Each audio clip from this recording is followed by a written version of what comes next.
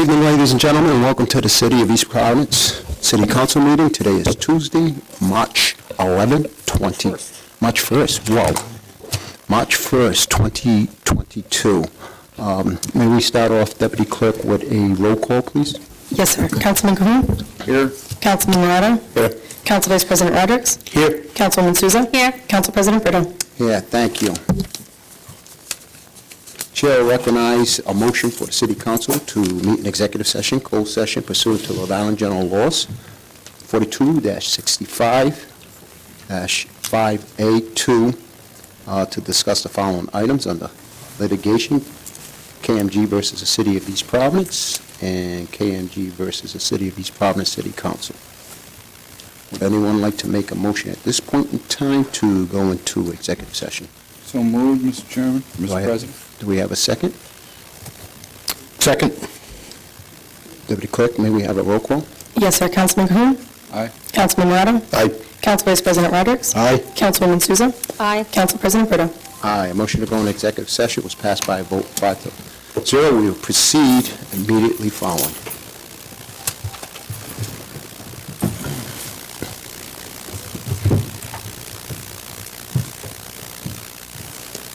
Go ahead. Okay, thank you.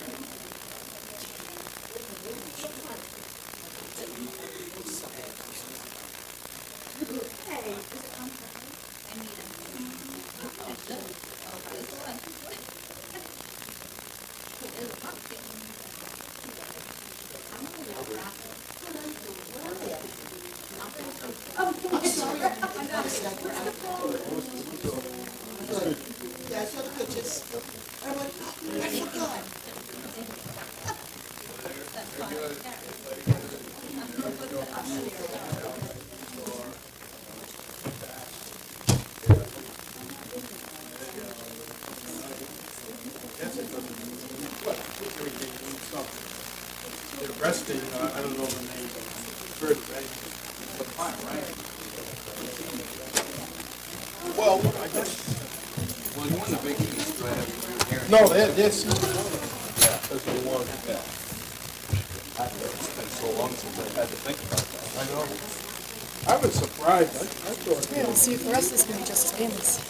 Let's see. Fingers crossed about it. I thought they wanted to too, but again, I didn't realize the difference between regular season and seems like Mike, did we add an executive to this? No, we didn't, so just put it on next agenda. I'll leave a note. Sorry about that. That's all right. How did we all miss that? I know. I forgot, did we have an executive session meeting last week? That's how you always. I thought we did. We had Oh, plans? maybe not. No, the 15th. always It was February 15th. Yeah, we did. That's what those were. It was February 15th. I don't know how the hell we all missed it. That happens.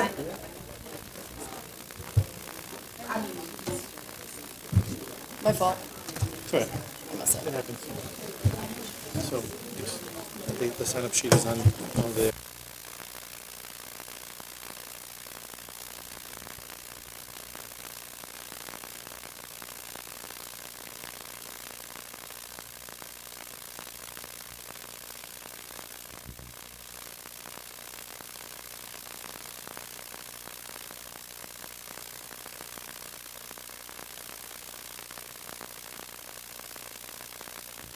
Good evening, ladies and gentlemen, and welcome to the City of East Providence City Council meeting. Again, today is Tuesday, March 1st, 2022. May we all rise for the Pledge of Allegiance.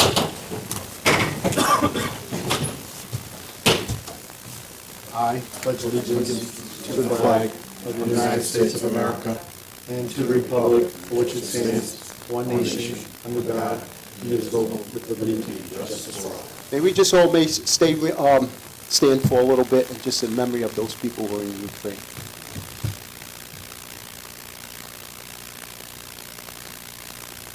Thank you.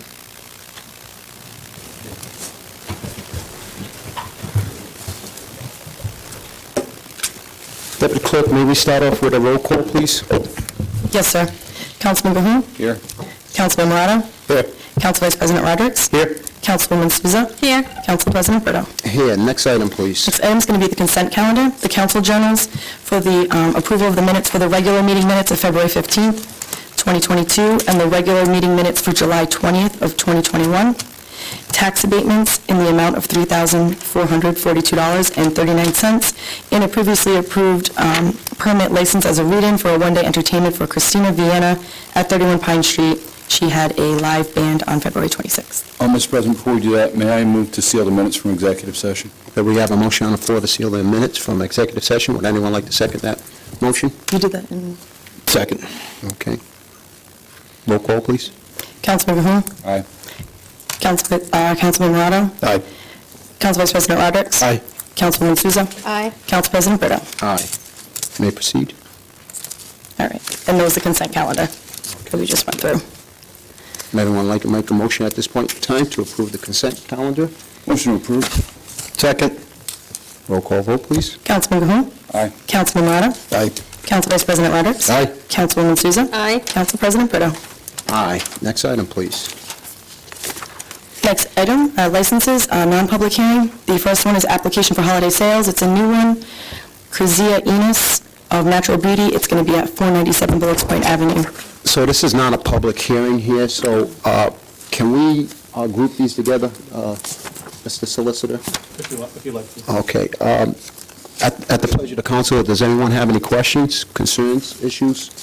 Deputy Clerk, we have all the paperwork in place for every single one of them? We do. So Yes. we have nothing that we're waiting on at this point in time? Not yet.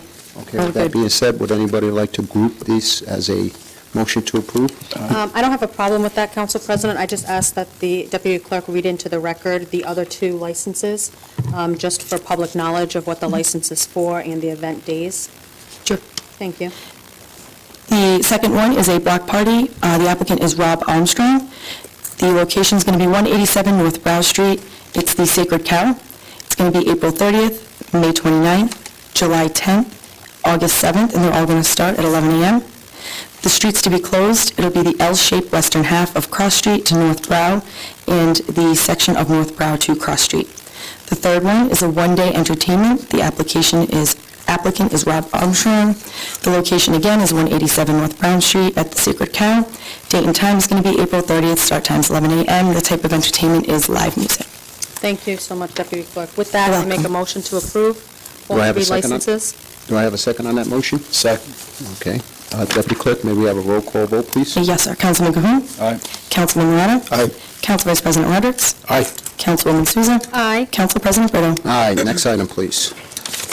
So for those of you who was here for non-licensed, you're all set. You're good. So if you want to stick around, you're more than happy, but other than that, this is for non-licensed, the names that were read, you're good. Everything's good for you.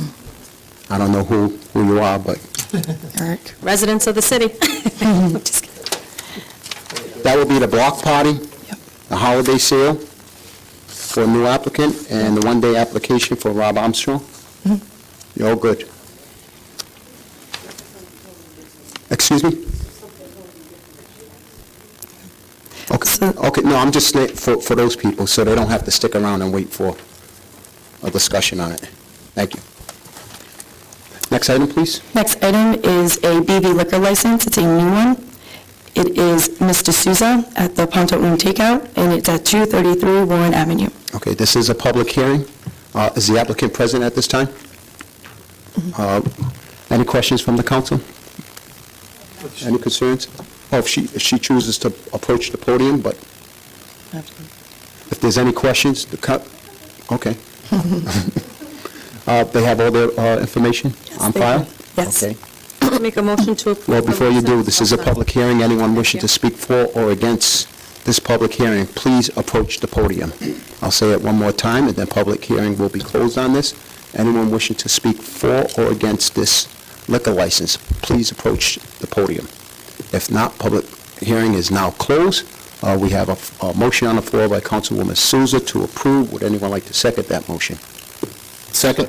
Okay. Deputy Clerk, may we start off with a roll call vote, please? Yes, sir. Councilman Cahoon? Aye. Councilman Morado? Aye. Council Vice President Rodrick? Aye. Councilwoman Souza? Aye. Council President Brito? Aye. Thank you. You're all set, ma'am. You're welcome. And you have the public comments. Yeah, we're not at that point yet. Proclamations and presentations is none. There's no communications as well. So we're going to proceed on to public comment. Yep, you have the list right there.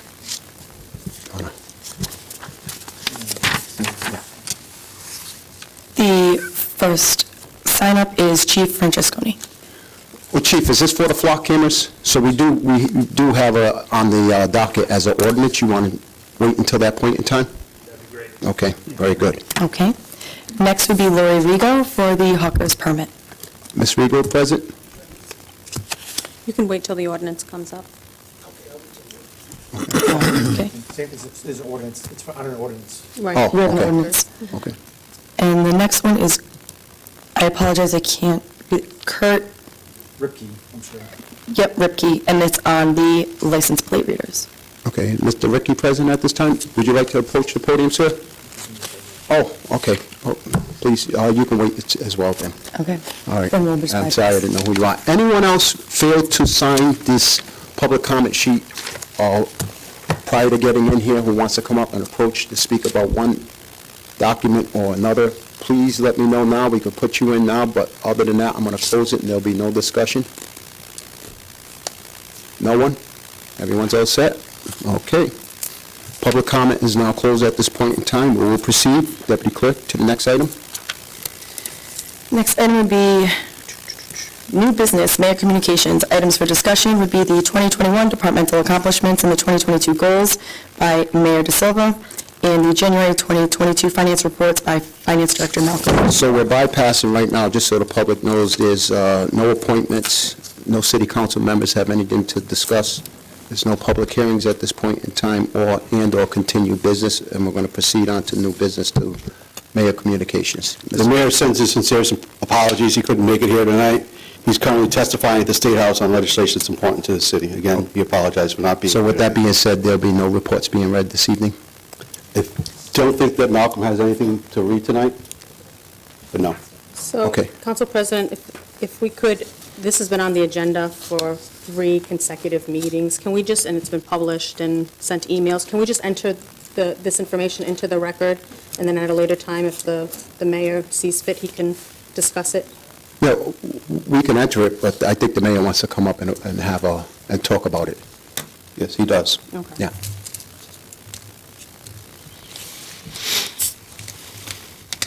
Thank you. Thank you. Okay, want to read that? You want to read The next item will be January 2022 finance reports by Finance Director Malcolm Moore.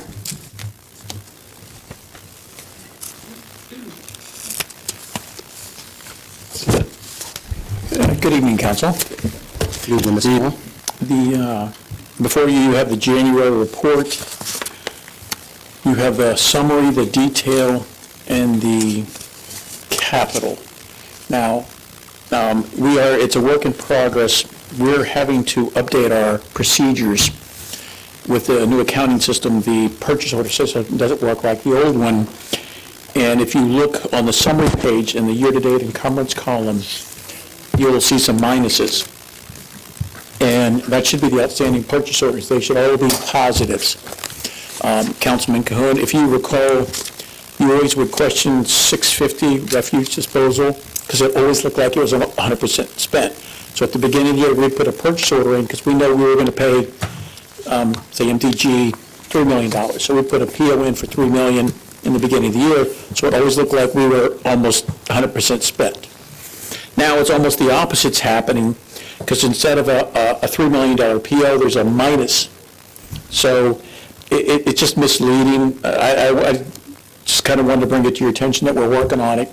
We should get rid of those zeros hopefully by the next meeting. It's just that the way the system is, it's very date sensitive. So we get bills in for phone, electric, legal, healthcare. Healthcare is $700,000 to $800,000. We get the bill in at the end of the month. By the time we get it and enter it in the system, the PO is in the following month. So it's just the way the system works is that, so at the end of the month, you've got a bill, so when it tries to liquidate the purchase order, it puts in a minus amount. It's kind of technical, but So would it be possible, Malcolm, when you do your February report in March, would you be able to give us an amended version of the January? I imagine once you figure those things out, it'll produce a correction, right? that I'm not sure, because the POs are already put in the system, they've already been liquidated. I'm hoping that come the next report, all the year-to-date encumbrances will be positive. We'll see if we can go back or how much work it would be. It was more of a timing, if the bill comes in on the 28th and then it was paid on the 3rd, the PO was put on the 3rd, so it's a little confusing. Okay. I'll try. For my purposes, basically what I look at is I look on month-to-month expenditures against the budgeted line. I track that against, percentage based on where we are in the year. Based on everything you said, it's a little bit difficult to do at this And well, point. what I may be able to do then, if it would help, is that I can go in and say, for November, December, January, here's our year-to-date actuals, and just eliminate the open POs. I think that would be helpful if Okay. the council has no objections. I mean, that would be helpful to me. Just to give you an idea of, because right now, it's just misleading, and I don't want to speak too much, because I'll just confuse, because it's confusing to me. But anyway, that's where we're at on that, so it's, like I said, hopefully next meeting. But if there are any questions, I can look into and get back to you, or... I have none. Okay, all right. Thank you. No Thank further you. questions? Thank you, Mr. Moore. Deputy Clerk? Next item, reports of other city officials, report of the city solicitor, litigation update. Thank you, Madam Clerk. As you know, the council met in executive session and got an update on the two cases that have been pending against the city. The first one was the suit brought against the city by Keep Metcalm Green, Inc. regarding the zone change that the city granted back in July of 2021. They were challenging that zone change in Superior Court. Last Friday, all parties agreed to dismiss the case with prejudice, which means the case is over, and there will be no more challenges, and the city will be moving ahead with finalizing all the requirements necessary for the zone change to happen. The second second litigation that the city was involved with was a complaint filed by Keep Metcalm Green against the City of East Providence City Council for violations of the Open Meetings Act, mainly a failure to file certain council minutes on a timely basis. There was a positive finding found by the Attorney General's office that we were in violation. However, they did not find the violation to be willful, and therefore did not impose a fine, but did warn the City Council that any future violations of their inability to file minutes on a timely basis would be considered as a basis of potential willful action and may be subject to the city to a fine in the future. That's it. May I ask one question, Mr. Marcel? So one of the things that report indicated, the one specifically about the Open Meetings Act, is that minutes are to be filed in accordance with the published timelines, regardless of whether the minutes have been approved by the council, right? And we're in a place to file those minutes, and then should they need to be amended based on an approval, that process is in place, correct? We can do that? Correct. Okay. We have to file the minutes within 30 days of the meeting or the next regularly scheduled meeting, whatever is sooner. So if we won't meet within 30 days, the clerk then just files them a draft copy of the minutes on the Secretary of State's website, and then you approve them, and we just switch the designation from draft to official, but as long as they're filed within that 30-day period. And really, the only time where that should be an issue is during that period where we might not meet over the summer, right? Where there's Correct. potentially more than 30 days. Or the minutes not prepared in a timely fashion. Or the minutes aren't prepared, right. Will that be it? That's it. Okay. Okay. Next item, Mr. Solicitor, next one, please.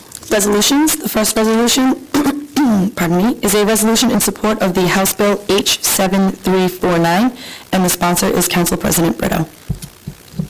Thank you, Deputy Clerk.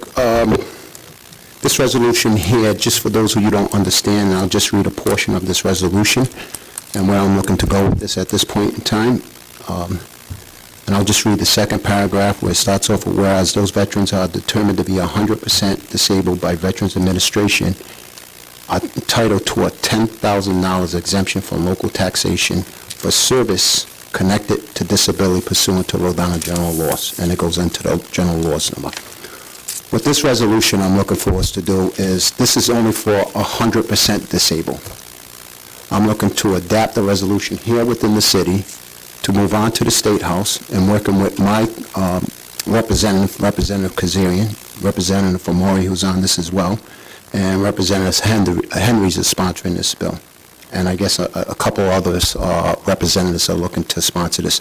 However, before the state can proceed, or the representatives could proceed, they need a resolution by the city to adapt that we want to change this from 100%, keep it 100%, but in addition to the 100%, that the city here, this council, enables or passes and adopts an ordinance that says, of any disability rating. Now, we determine that rating here on the council, but it's not only going to be, what I'm looking to adopt is something not only be 100% disabled, it could be 80% in addition to the 100%, it could be 60% disabled as well, that you will receive a $10,000 property tax exemption.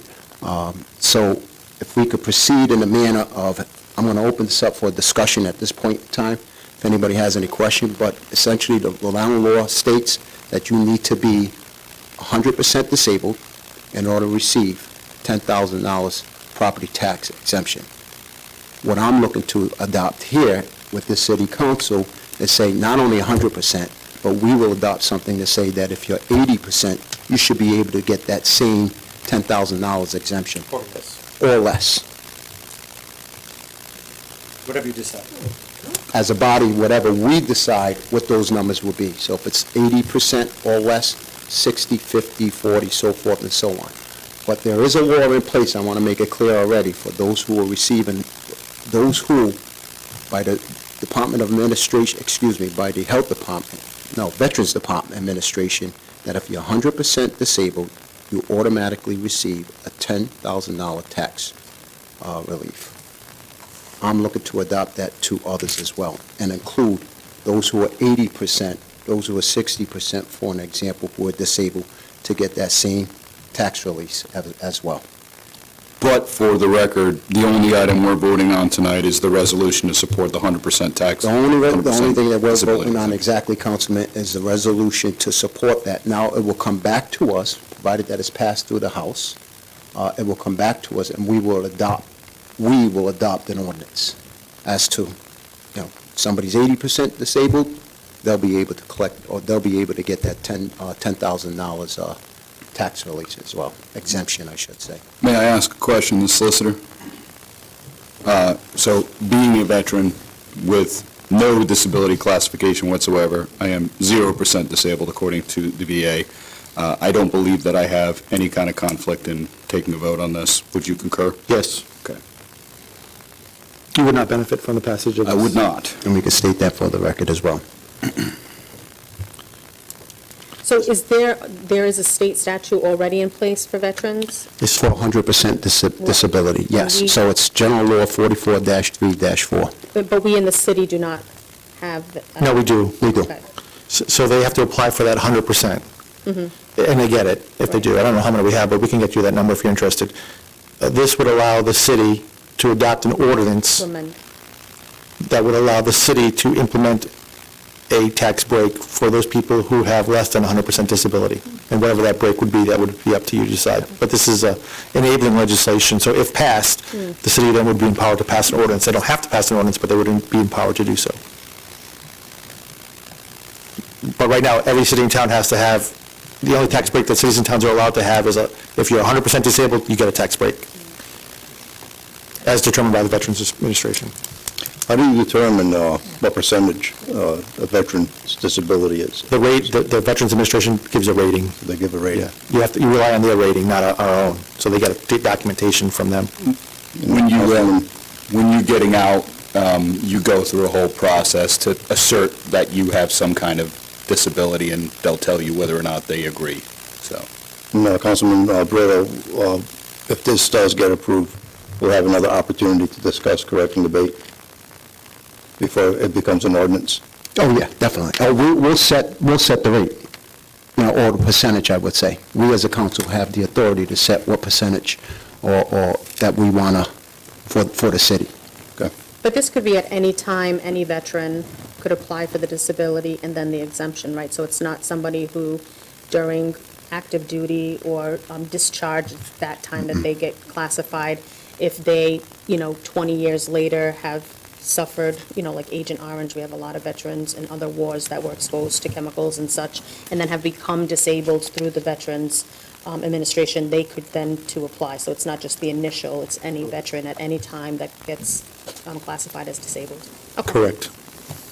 So it's any time, it doesn't have to be service-connected. That's a good question. So the statute used to say how to be a service-connected disability, Right. like how to fight in an active war or recognize war. But the statute's been relaxed at the state level to allow any veteran who receives a disability rating at any time. Okay. That makes better sense. All right. Any further discussion?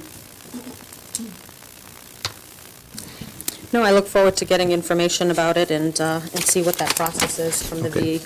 the Veterans Administration. Would anyone like to make a motion at this time? I'd move approval as submitted. Do I have a second on that motion? Second. Deputy Clerk, may we have a roll call vote, please? Yes, sir. Councilman Cahoon?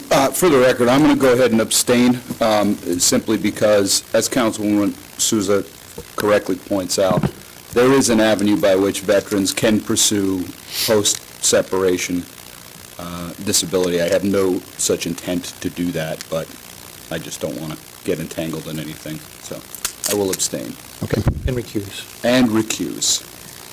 You ordinarily have to leave to recuse. Yeah, but it's okay. It's okay. All right, so we do have a motion, it was second, and we started off with the roll call. May we continue with that roll call? Yes, sir. Councilman Morato? Aye. Council Vice President Rodrick? Aye. Councilwoman Souza? Aye. Council President Brito? Aye, thank you all. The next resolution is the resolution authorizing the mayor to enter into a lease agreement with the East Providence Boys and Girls Club. The sponsor is Vice President Rodrick. Thank you, Deputy Clerk, and Mr. President, and I think this involves CDBG funding, and I don't know if anyone is here from administration to address anything specific. The resolution is kind of self-explanatory. I could read the whole thing. I mean, it basically comes down to the Boys and Girls Club, which has been expanding activities in the city and needing some office space. As I understand it, this is just administrative and office. This is not activities of the Girls and Boys Club, like recreational or educational activities, and they need some space, and it lists all the usual provisions of tenancy, and at the council's pleasure, you could read it all, or could open it up for a general discussion. I did have a question. Why were we putting it towards CBG funds? I don't know specifically. I think because some of the programming is. The building was rehabbed with CDBG money as well, the Weaver House. So that's why. My only reservation is not all those funds stay within the city. We do allocate those funds to other municipality organizations throughout the state.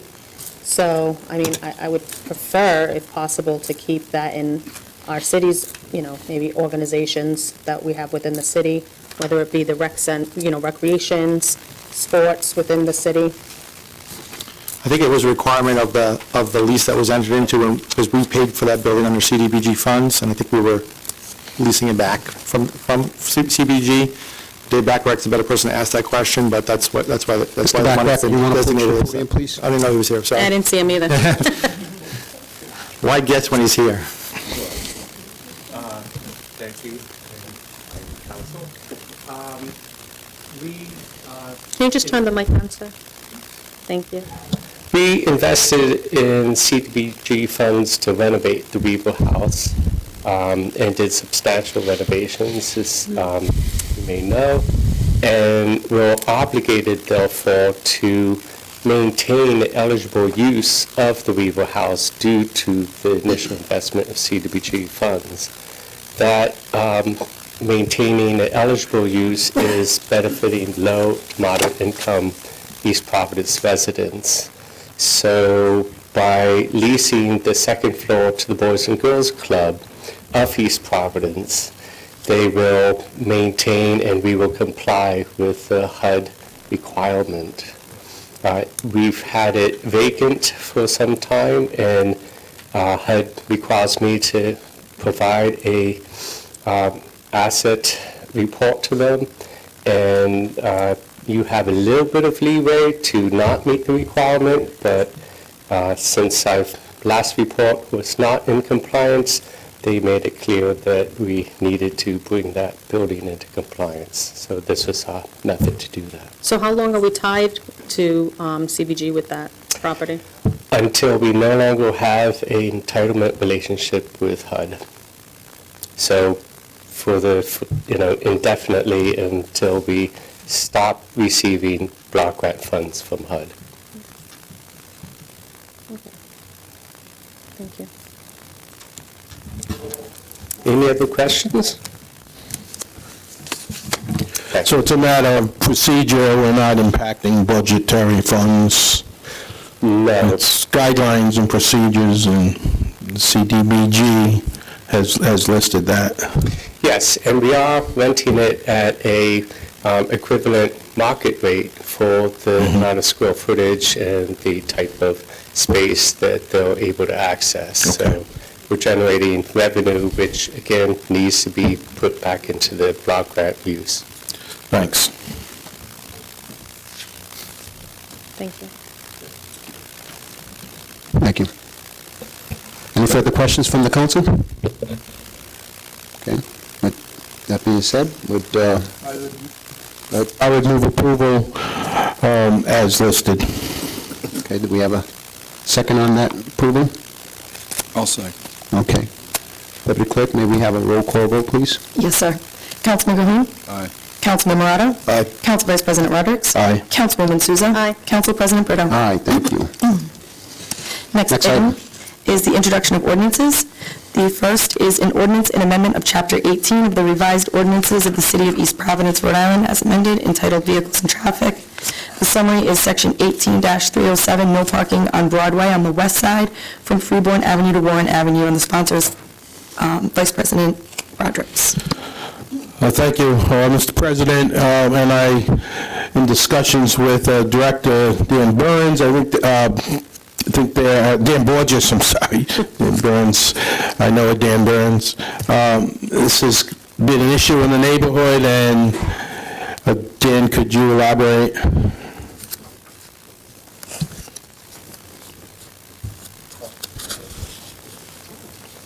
Good evening, Council. There are two ordinances before you tonight. I can hand out a few maps to just better describe the two and what we're looking to do. I consider these more housekeeping, kind of cleanup ordinances that have been brought to our attention by a few residents who have called in about these.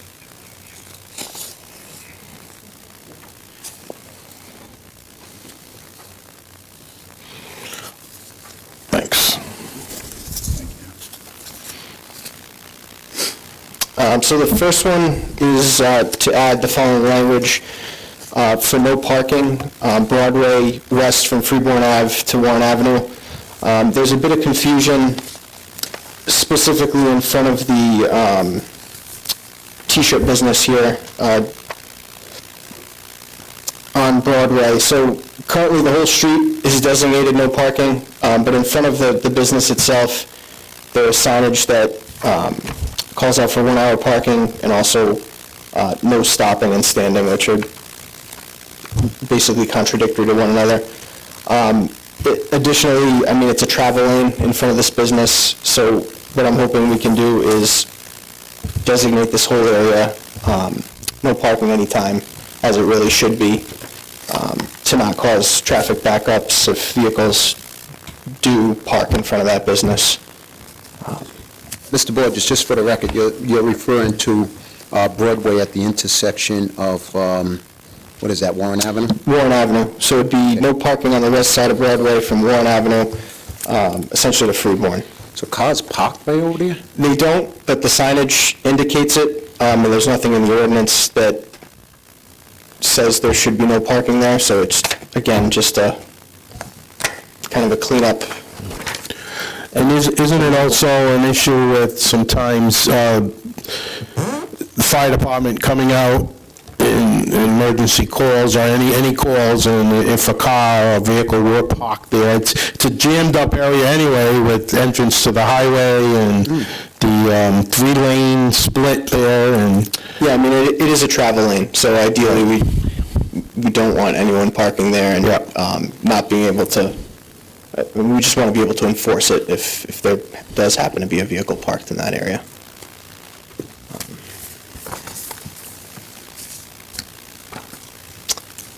And I can describe the second one, or if you'd like to vote, I'm not sure how you want. Councilman, you're looking to vote on it? This is one ordinance, right? It's first pass. Yeah, I have no problem with it, but I think legally, do we have to do them separately, probably? Yes, okay. Yeah, so, okay, yeah, so we'll proceed in a manner that we'll take these one by one. So the first one here on the record is, you're looking for no parking on Broadway, the west side, from Freedom Avenue to Warren Avenue. Am I correct, sir? Correct, Freeborn Avenue to Warren. Warren Avenue. Yep. Okay, so did you put that into a motion? Not yet. Is this public hearing? or- No, okay. So I would make a motion for first passage for the signage Broadway west side from Freeborn Avenue to Warren Avenue as listed here. And correct me, Mr. Solicitor, if we proceed and it does pass, that there will be a second passage with public hearing? Correct. Okay. Second. All right, so we have a motion on the floor by Councilman Rodericks, seconded by Councilwoman Souza. Deputy Clerk, may we have a roll call vote, please? Yes, sir. Councilman Cahoon? Aye. Councilman Morado? Aye. Council Vice President Rodrick? Aye. Councilwoman Souza? Aye. Council President Brito? Aye, thank you. Next item, please, or ordinance. Next one is for similar reasons, Director Borges could elaborate, but this is for Goldsmith Avenue, east side from Taunton Avenue north for 80 feet, and some similar issues.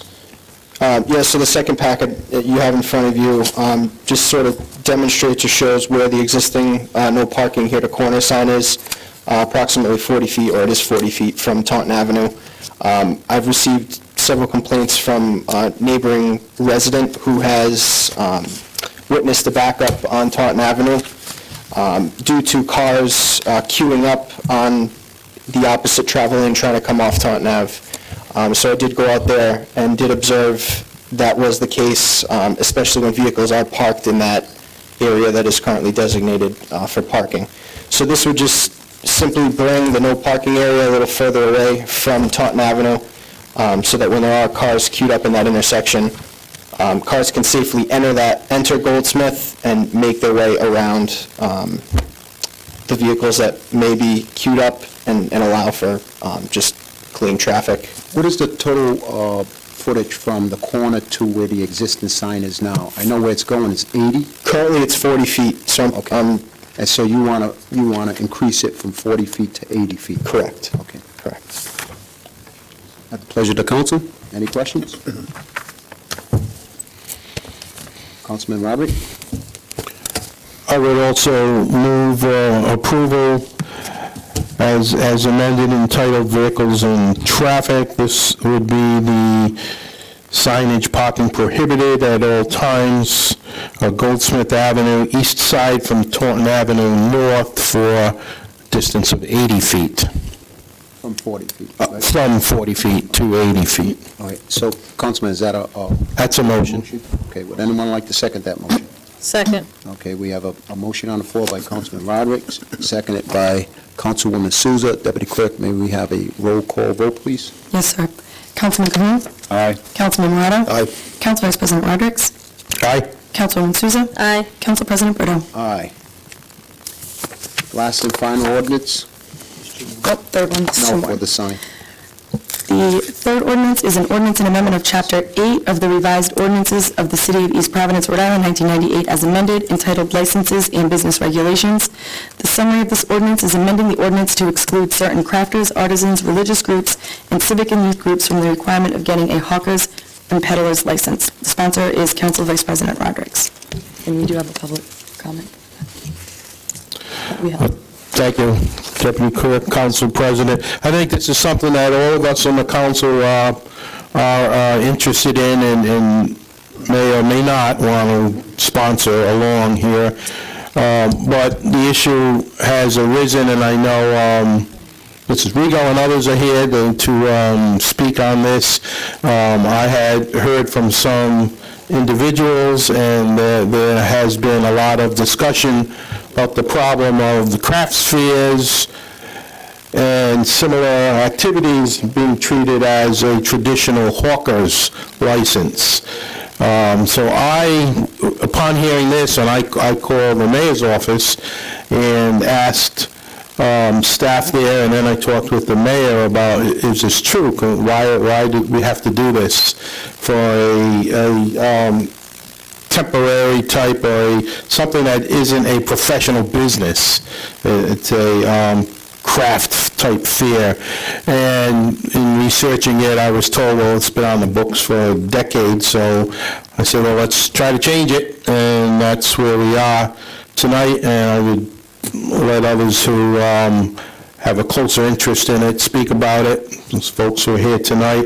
But it certainly seems fair to me that with our increase in craft fairs and all kinds of events that we have in the city, that we shouldn't place a burden on those trying to put together a program like this. Number one, an expense of permitting and getting council approval. And these are events, I mean, where do we draw the line? Are we going to ask if the Little Leagues have a cookout, do they need a license? If other groups in the city are doing things similar, we put on a little art show maybe 4 times a year, do they have to come in and get a hawker's license? So in any event, that's the purpose of this tonight. Thank you. Thank you, Councilman. And I know we're going to open up the floor. We have some people here that would like to speak for or against. I'm not exactly sure. However, I'll give that opportunity, allow that opportunity for those who speak. But before we do so, at the pleasure of the council, does the council have any questions, concerns? Would any of you all here for this particular reason? Would you like to speak on behalf, or are you here just to listen? You came all this way. Laura, you don't need a microphone, but you should turn it on, though. Should I limit you now? Just kidding. Okay, we originally started this, just have a craft fair. That's all we wanted to do, was have a craft fair. And as we went into more research, we just wanted everything legal, okay? We found out about a hawker's license. Like, what in the world is a hawker's license? And we just needed it. So it was brought to my attention, and I talked to Bob at one point, and I talked to Anna and Ricardo, and it's like, this is crazy. And then, Mr. Rogers, you put it on the books for us for tonight. But it is a burden to us. I've got crafters coming in paying a $45 table fee. They're coming in paying a $25 hawker's fee. They're also paying a $10 state permit fee. We just lost all our crafters, every one of them, because it's just too much for them. And we're just trying to get the hawker's fee waived. We want it gone. We are not hawkers. We are crafters. We are artists. And that's where we're at. Well, unfortunately, it has been canceled. Yes, it has. The event. But don't worry, we're not over yet. That event has been canceled. That one, but there's another one coming. There's no time to... No, Okay. no. This is too much Right. legalities that have to be put in place. Okay. But we're going for September 17th, and it's still going to be the same people. We're still going for the Elks Club.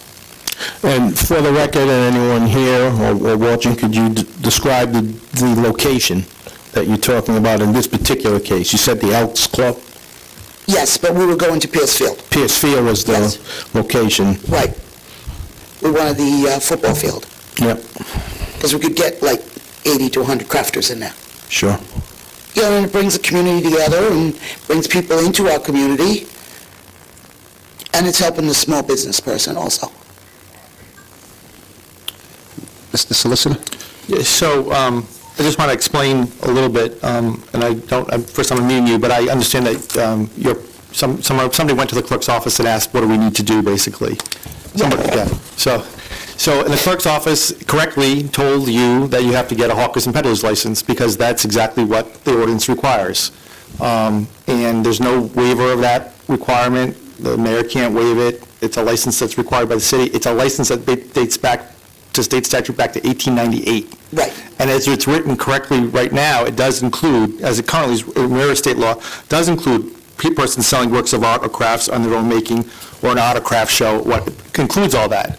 So the only way we could exclude that is to change the ordinance. Now, I will be perfectly honest with you, when this was first brought to my attention by Councilman Rodrick, he asked what could be done. I immediately went to the clerk's office and said, well, how many of these licenses do we issue a year? I mean, that can't be that many. We've issued 5 in the last year, which tells me that most people are not complying with the ordinance to begin with. But again, so we're kind of punishing people who are doing it the right way, and the people that are not doing it, they're getting away with it, basically. So the simplest way to correct it, in my opinion, with Councilman Roderick's support, was to amend the ordinance to basically exclude basically crafters like yourself and other people, other civic groups and whatnot. So that's what the ordinance does, but the ordinance has been on the books for a long time, and so this is the only legal way that anyone can waive that fee. And I know it's only $25, but I understand that these are small crafters, and that $25 is a lot, especially when you have to pay for a table or another fee that you have to do. So unfortunately, if we had known this before you plan your event, we probably could have waived it, or try to, get the process moving forward, but this is the only legal way to do it. So that's why we're doing it. And the other thing is, before we had the mobile food establishment licenses, there used to be a license under hawkers and peddlers, but we've passed an ordinance that regulate those, and state law specifically says that mobile food establishments are not hawkers and peddlers, so while we were cleaning up this ordinance, I put that in there as well to make sure that they're excluded. So they won't be required to pay that as well? they have their own license, mobile food establishments, but they're no longer required they cannot be charged hawkers or peddlers. Very good. So us as crafters, we will be charged? Say that again? Us as crafters? No, no longer. No longer. Once this Okay. passes, once this passes. Okay. Does that mean that we have to come each time we have an event? No. No, it'll just be that way. No, that's what we'd be doing away with. Okay. So previously, in the ordinance, it only fell under religious groups or groups of moral characters or moral organizations, and it didn't speak to any other groups, where now, in this ordinance, it's speaking to youth groups, crafters, other artists, and civil groups. They no longer fall under that hawkers. So all the girls and boys that were doing Girl Scout cookies and the different locations that were hawking, they can do that now without getting in trouble, because they were actually, going against the ordinance. So No. the definition is different. It's a definition of a hawker is different than a peddler. Right. A peddler is someone who goes push cart, goes around to the neighborhood, like I'm thinking in the old days when you had a... When they sell the balloons and the... Right. But there's a separate definition that mirrors state statute. So the hawker, and the way I read it, and of course I'm no attorney, but would be, during Valentine's and Easter, when they have at the different corners of the major intersections, they're selling flowers, they're selling chocolates, they're selling, that in my mind is a hawker. Right. Not a private event located inside a rented field or establishment. So just to be clear, those people who are selling stuff on Valentine's Day, roses that they don't grow on their own premises, they have to get a hawker's license. Right. Those are requirements, yeah, right. Yeah. So, I don't know if they are, but they should be getting one. That's a hawker. That's a hawker, yeah. Councilman, did you phrase that, or make a motion, or would like to make a motion on this? Is this the first passage? Yes. Thank you all for coming, and I would add that although it's been aggravating for you, it's good that you found this out, really, and brought this to our attention, so now, it won't happen again, all the various groups that it had applied to. Accordingly, I would make a motion for first passage, an ordinance and amendment of Chapter 8, revised ordinances, entitled Licenses and Business Regulations, as submitted here without reading all of these pages. I'll second that motion. All right, Deputy Clerk, may we have a roll call vote, please? Yes, sir. Councilman Cahoon? Mr. Solicitor, Mr. President, I am going to recuse once again. I am married to an artist who very much might take advantage of such an ordinance, so. Good idea. So you have 2 recusals you have to fill out before the end of the day. I shall fill those out. Thank you. Councilman Morado? Aye. Council Vice President Rodrick? Aye. Councilwoman Souza? Aye. Council President Brito? Aye, thank you. That's first passage, and we'll have another passage next meeting. Okay, The next ordinance next is ordinance, please. an ordinance and amendment of Chapter 12 of the revised ordinances of the City of East Providence, Rhode Island, 1998, as amended, entitled Police. The summary of this ordinance requires City Council authorization related to the use, funding, and regulation of automated license plate readers. The sponsor is Councilman Morado and Councilwoman Souza. And Council President, we do have the 2 gentlemen to speak on this from public comment. We'll let the councilman and councilwoman introduce it. You want them to speak first, or? Do they want to speak first? How do you want it? How do you want to proceed? They can speak first. Chief, would you like to approach the podium, please? No. Good evening, sir.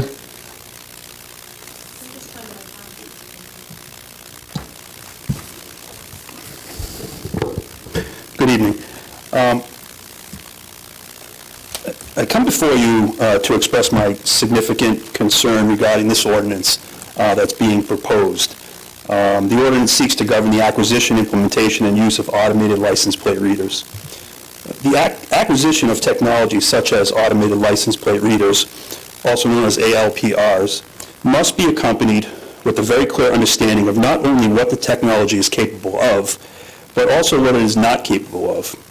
The handling and use of information is a responsibility that I do not take lightly. Stringent policies and procedures, which I emailed to each of you, will be promulgated not just to all sworn officers and dispatchers, but also the public we serve. ALPR technology requires safeguards to ensure strict adherence to these policies. The East Providence Police Department, like all law enforcement agencies, has always been and is currently entrusted with a significant amount of identifiable personal data, much more identifiable than the images and limited information provided by an ALPR. Utilizing data in a responsible manner that follows all applicable laws, guidelines, and policies is something we do on a daily basis and is taken extremely seriously. It should be noted that not long ago, an employee was found to have misused information, and that employee was charged criminally under existing state law, and their employment was terminated. There are several areas of the proposed ordinance that I agree with, which will be addressed in our policy.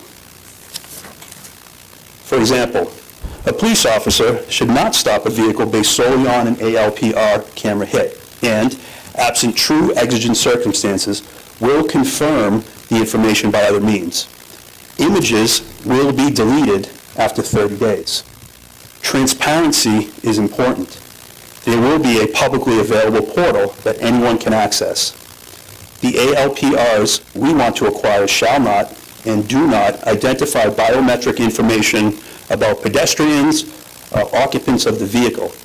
They never take the picture of the occupants of a vehicle and do not supply police with any registration data. In addition to these areas contained within the ordinance, our draft policy addresses the following impermissible uses related to invasion of privacy, harassment or intimidation, use based on a protected characteristic, personal use, and First Amendment rights. ALPR technology is becoming standard use by law enforcement throughout the region and country. It has been challenged by defendants in court. Most recently, the Massachusetts Supreme Court upheld ALPR utilization by police in Commonwealth v. McCarthy, and also it was upheld by the Virginia Supreme Court in another case. I included links in my correspondence to all of you should you wish to review these cases. If this technology was not constitutional, the ACLU would have already sought a court injunction. Knowing it is constitutional, this proposed ACLU ordinance is a not-so-subtle attempt to ban this public safety tool by prohibiting the use of the majority of the ALPR's functionality. In this proposed ordinance, Section 12-56, Section B, bans the ability to store the images of a vehicle, which eliminates its use as an investigatory tool, going so far as to refer to a vehicle paint color as unique aesthetic details. As such, if a hit-and-run, assault, domestic violence-related incident, robbery, murder, or any number of crimes we investigate should occur, we would be unable to check the database for potentially crime-solving information, or just as important, exculpatory information, due to the restrictions placed in this proposed ordinance. The proposed ordinance would render us incapable of identifying a suspect or suspects, and also from solving and preventing crimes. It would also prevent us from utilizing the system to see what area a missing or endangered person potentially suffering from dementia or Alzheimer's may have traveled to. Time is of the essence in these cases, and I do not want to tell a family member we cannot use the capabilities of this tool to find their loved ones. This ordinance represents an unnecessary intrusion into the day-to-day investigatory methods of sworn police officers and will severely hamper this department's ability to protect the safety of our residents. In Section 1256, subsection 4, it states we could obtain a judicial warrant for photographs or records or images, but we are not allowed to maintain these images. So if I understand this correctly, we could get a warrant for information we would be prohibited from storing.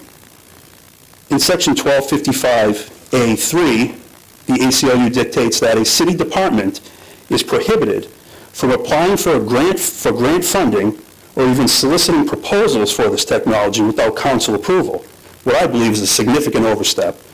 This represents an unprecedented intrusion on the management of the police department. Section 1257A, Section 2, makes reference to Section 3A, which I am unable to locate in the ordinance. I don't know if that's just a typo or what it may be. Section 1258, remedies and penalties, is extremely concerning. This ACLU scare tactic is vague, overly broad, and well beyond the purview of a local ordinance. The mechanism of civil action and relief is very well established in state and federal statute and handled in those courts. Will this ordinance attempt to hold an individual officer, the city, or them jointly liable for perceived misuse? My officers are faced with numerous situations that a litigious person may attempt to exploit via a vague local ordinance. The ACLU argument I have frequently heard is that of the quote-unquote slippery slope, i.e., if this is allowed, what might happen next? Inferences have been made that the police will abuse this technology, although when the ACLU representative spoke via Zoom at a prior council meeting, she could not present one example of this. Rhetoric is often ramped up and illogical comparisons are made. Vague scare tactics are employed. But what has been definitively proven are these ALPRs are extremely effective at solving and preventing crime. They're an excellent public safety tool.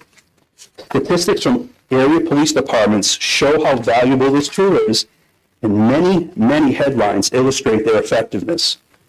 We have recently used information obtained from another agency's cameras, which assisted us in solving the bank robbery. This is why so many municipalities such as Providence, Pawtucket, Warwick, Bristol have expressed interest in obtaining the cameras or are actively doing so. This ACLU written ordinance is being shopped to municipalities and at the state level seeking to stop this. In closing, this ordinance is not appropriate for adoption on the local level. If it is to be enacted anywhere, which I do not believe it should be, the appropriate place is at the state level to ensure uniform enforcement and application. And I'm more than happy to answer any questions you may have. Chief, can you elaborate first, ALPR? You referenced that a lot in your speech. Can you just explain that a bit further? So the automated license plate reader is what we were seeking to acquire. It's a standalone device on the side of a road that takes an image of the back of a vehicle. It checks the license plate against NCIC data, which is that car stolen? Is that plate stolen? Is there a missing endangered person that may be registered to that vehicle? Is it subject to an amber alert? Is it subject to a silver alert? Additionally, after it takes that photograph, it stores that photograph for 30 days. The information is the property of the police department. It's not sold by any third party. It's not sold by the company that we contract with. That is our information that is destroyed after 30 days. In that 30 days, we are able to search for a vehicle. So if we had a crime or an incident in which someone says, well, this was the partial plate, but I didn't get the whole plate, or this was the color of the vehicle and the make, but I couldn't get the plate, we're able to search the camera system to help us solve that crime. It would be of tremendous value in just every single day of the year in helping us, solve minor things like hit and runs, which occur. We have so many hit and runs, and we're not able to solve them. This is a tool that would help us solve them. This is a tool that would help us keep a domestic violence victim safe. When we're looking for an assailant, we can try to, see, are they going near this victim's house? How can we, apprehend them? So it's, in the policy I sent you all, and I'd be, if you weren't able to see it, I have some here I could pass out. I think you'll find that it's quite detailed, and it spells out in depth how these cameras can be used, how these cameras cannot be used, the safeguards that will be put in effect governing the use of these cameras. And, we take this stuff seriously. We handle, as I stated, information every single day that is governed by various policies, various state law, various rules, various regulations. Violations of those are not taken lightly. As I told you, someone was criminally charged and terminated for misusing information. So it's something that we take very seriously. And how can you assure the public that within the 30 days, this information would be deleted, destroyed, removed, or otherwise? That is standard across, in this area. Some other areas have to go by their records retention, but the company, we don't want a treasure trove of information. We don't need a treasure trove of information. All of our searches, the amount of pictures it takes, the amount of hits it gets, will be available for the public to see. It will be there. They can go to a webpage, a publicly available webpage, and they'll be able to see all that information. So it's there. And I have one more question before I'm sure other council members have questions for you, Councilwoman, as well. The location of these cameras, and I know you came in front of the council and you showed and you pointed out where exactly you intend on in an event that it was approved for the flock cameras. Are they in neighborhoods? Are they, on side streets? I don't want to get too specific on the locations to give, right. Just but they are mainly at the main entry points of the city. Main entry points. Okay. Thank you, sir. Any other questions from the council? I have a question for the solicitor, if I may. And the chief raised the point first. So in doing research on this ordinance, I do know that there is a very similar, if not identical, ordinance up for consideration at the Rhode Island House right now. I don't know, again, that it is identical. I didn't read it word do a word-for-word comparison, but it looks very similar. Specifically, that is H7507. To the chief's point, my question pertains to Section 12-58 of this proposed ordinance, which calls for relief and penalties. Aren't those relief, isn't that relief and those penalties, isn't that more applicable for a state-level ordinance? I mean, it talks about things like injunctive and declaratory relief. I don't know what jurisdiction or authorization, or authority, rather, a local municipality would have to enforce those provisions in an ordinance. Am I completely off base, Mike, or? No, so courts of the state could impose an injunction against the police department if this ordinance were to pass, if they were found to be misusing, if they were violating the ordinance. In other words, so a court could impose an injunction basically saying, hey, this is what the ordinance says, and you're using it for X, and you're not supposed to use it for X, you can only use it for Y. So a court could bring an action, or someone could bring an action seeking that enforcement and get an injunction against the city, from the police department specifically, from using it in violation of the ordinance. So courts enforce local ordinances as well. So, okay, so sort of like you signed up for this, you must This is a law follow of the it. town. Yep. You are, the best example is like a zoning ordinance, right? So you're not supposed to have a junkyard in your front yard. We try to enforce it, and the court goes, this is local ordinance, you're not supposed to have a junkyard in your front yard, so I'm going to order you, to remove, the court will order you, injunctive relief, to remove that car or junkyard. So That's my only legal question, so thank you. Mr. President, I just want to ask Chief, if you could describe a little further, when you said the public would have access to data. Could you clear that up a little bit more? The public wouldn't have access to the plate information. No. We're talking about police access of it. The public would have access to the number of searches we did, the number of photographs taken, the number of hits that we received. They would have no access to actual, it's a website that's like a read-only. This is the information. It's updated also frequently. So yeah, it's like end-user information, statistics. Okay, thank you. Website, That would be the company. Yeah. based on the data that they collect from the cameras? Or based on what Based you on- guys? Let me just confirm how that works. I don't want to misspeak on how that is actually loaded into that. Right, because Yeah. Yeah, I mean- who's essentially collecting the data and then uploading it Mm-hmm. for transparency? Yeah, it would be taken from, our activity, but the mechanism to go from our clicks and searches, how it gets to that, I'm not 100% sure on that.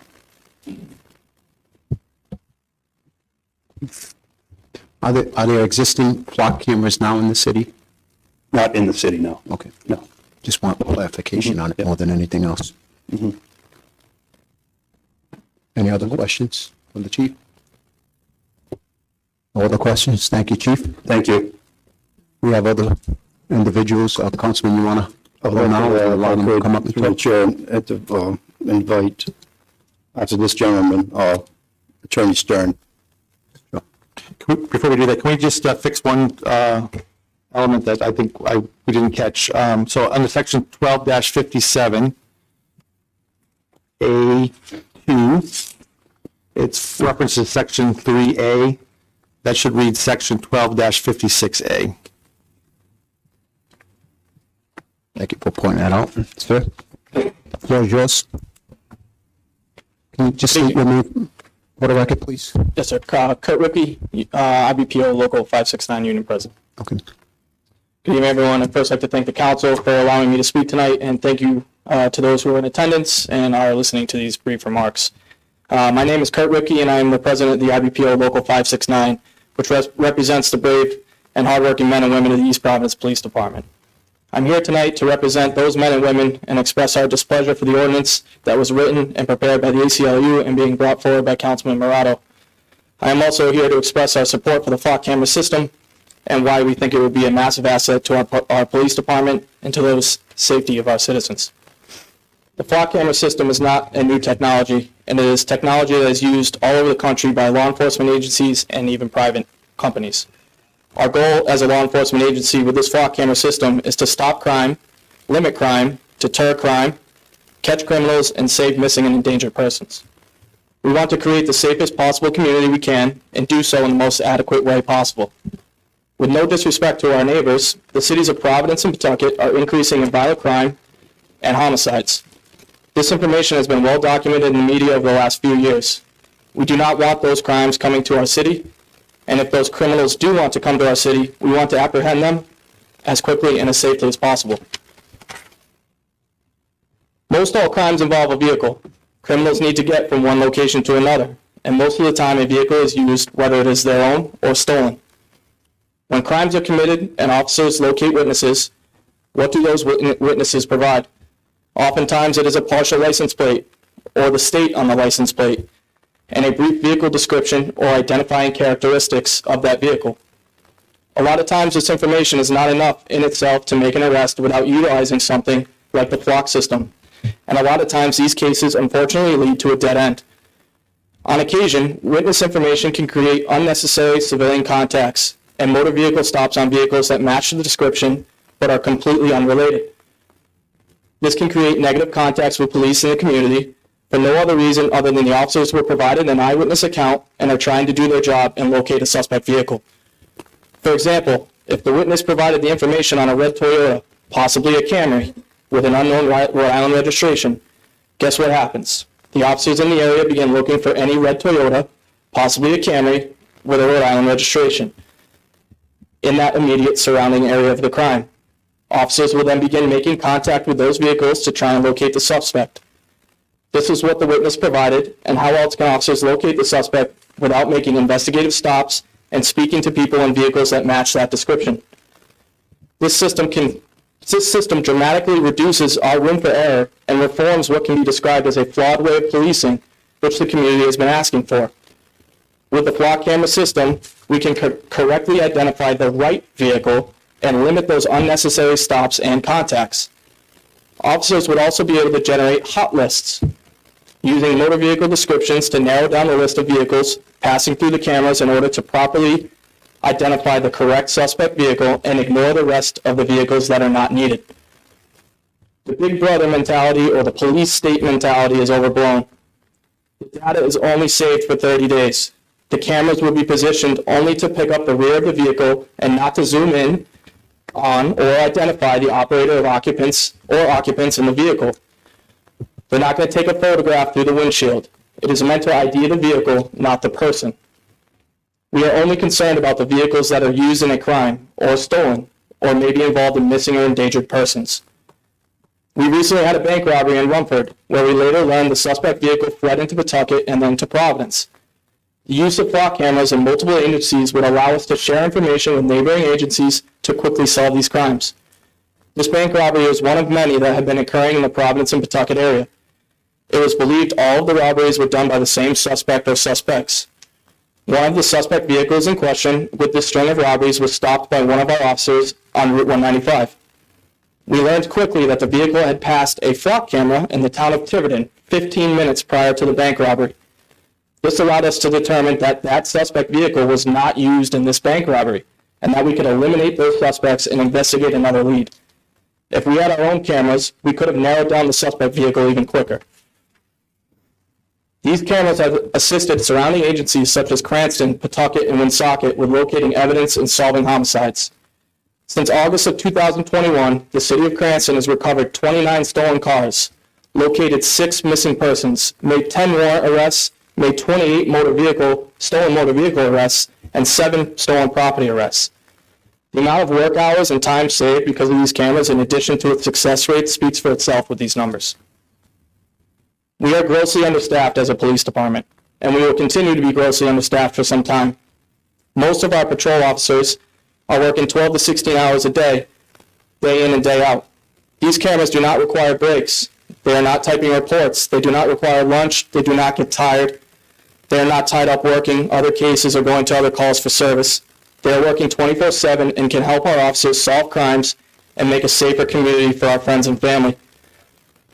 Registration plates are public knowledge. Any officer can run any plate at any time for any reason. There is no expectation of privacy for your registration plate. Tolls record your plate. The speed and red light cameras during working hours that we have in this city record your registration plates. Your cell phone tracks where you are going on a daily basis. Any private company that installs a flock camera will be obtaining the same information that we are discussing tonight. Technology is advancing. Criminals are getting smarter. Criminals are using technology. Why would we not want to help ourselves and utilize an unbelievable tool to help create a safer community and solve crimes at a faster rate? These cameras will help take the bias right out of the question. Officers will be looking for a specific vehicle which has been properly identified. These cameras will help eliminate the question of profiling and racial bias in an attempt to locate suspect vehicles. A lot of the information we receive as officers is law enforcement sensitive, so I can't share all of it. But the citizens in this community would be amazed at the leads and crimes that are being solved in cities that have these cameras active. In our city alone, there are many incidents in which these flock cameras would have solved crimes and helped generate leads. In the last year, we've had the following incidents, for example. A breaking and entering in Riverside. The vehicle leaves the scene. The neighbors do not have cameras. No prints were able to be recovered at the scene. Items were stolen from the residence. A brief vehicle description was provided, and we have no other leads. This case is yet to be solved and has hit a dead end. Flock cameras would have helped solve or generate a lead in this case. Another breaking and entering in Riverside. Same facts, same scenario. Vehicle description provided. A photograph of the vehicle surveillance with identifying characteristics is located. We are unable to obtain a registration plate. That case is still unsolved with no further leads. A flock camera would have provided a registration plate and generate a new lead to possibly solve this case. An armed robbery at the convenience store on Willard Avenue. A male wearing a mask inside of the store flees in a vehicle. Surveillance photograph of the vehicle is obtained. A generic vehicle with no license plate visible. The case is still unsolved. No further leads. A flock camera could have assisted in solving this case and generating new leads. 5 to 6 stolen cars in a neighborhood overnight off of Willard Avenue. Another vehicle stolen near the Wampanoag Trail. All of these vehicles in the dark, leaving on surveillance footage. Unable to make out exact descriptions and no license plates. All of the suspects have not been apprehended. The case has been months in the works and still ongoing. Flock cameras could have assisted in solving this crime or generating new leads. In broad daylight, a vehicle window was smashed and a woman's purse was stolen outside of the Knights of Columbus off of Village Green. A suspect vehicle description was provided with no further information. Her credit cards were stolen and then used all over the state in different locations, including Seekonk. Hours and hours of officers' work and months of investigation were put into trying to locate a suspect. This case could have been solved in a short period of time using the flock cameras. Numerous car thefts and motor vehicle breaks have occurred all over the city, which could have been solved or helped generate leads using flock cameras. Catalytic converter thefts have been stolen off vehicles all around the city, and suspect vehicles have left the area. Even with residential surveillance, only a vehicle description or a photo is obtained with no license plate information. Flock cameras would help solve these crimes. Instead, they have hit a dead end with no further leads. We had the bank robbery that was referenced above. We had a shooting at the Rumford Motor Inn. We have had numerous domestic cases in which the suspect flees the area. In the recent gun seizure highlighted in the news, there were other vehicles involved that were unable to be identified. Flock cameras would have helped in all of these cases and cut down on working man hours. One of our own children's daycares in Rumford was the source of a suspicious person trying to force their way into the building. These same individuals were seen at daycares in Central Falls and Warren on the same day. Surveillance photographs were obtained, but no identification was made. A vehicle photo was taken, but a license plate was not obtained. A flock camera would have been able to allow us to identify these persons who could have been stalking our children's daycare. This particular incident is very personal to me, as one of my loved ones attends one of these daycares, and I do not take that very lightly. As a parent, if my child were abducted, I'd want all the resources in the world to locate my child. Why would we prevent ourselves from using such a fantastic resource and tool? Why would we limit our capabilities with this tool and restrict what we can or cannot do and be threatened by lawsuit if officers try to use it to solve crimes and save citizens? That is what the councilman and what this policy is trying to do. In my personal opinion, I think we are letting egos and politics get in the way of allowing our community to utilize something that can only make our citizens and our friends and families safer. The councilman and the mayor have gone head-to-head on numerous topics, and it is clear they do not want to agree with each other on much of anything, and now we as a community are paying for it. I acknowledge the concern of too many cameras with the recent addition of all the school zone cameras and red light cameras. That is something that the union also spoke out against in terms of logistics and working hours that will be utilized combing through thousands of tickets a week. That being said, those cameras which the city installed are for everyday citizens. These flock cameras are specifically utilized to locate, identify, and apprehend suspect vehicles and criminals or endangered persons. This proposed ordinance in section 1255, number 3, says that police department would not be able to solicit information or data from another entity or persons using this camera. In my interpretation of this section, it would essentially eliminate our members from utilizing the camera to gather valuable investigative information in the cities and towns of Tiverton, Pawtucket, Cranston, Woonsocket, or any other agency that deploys flock or other like systems.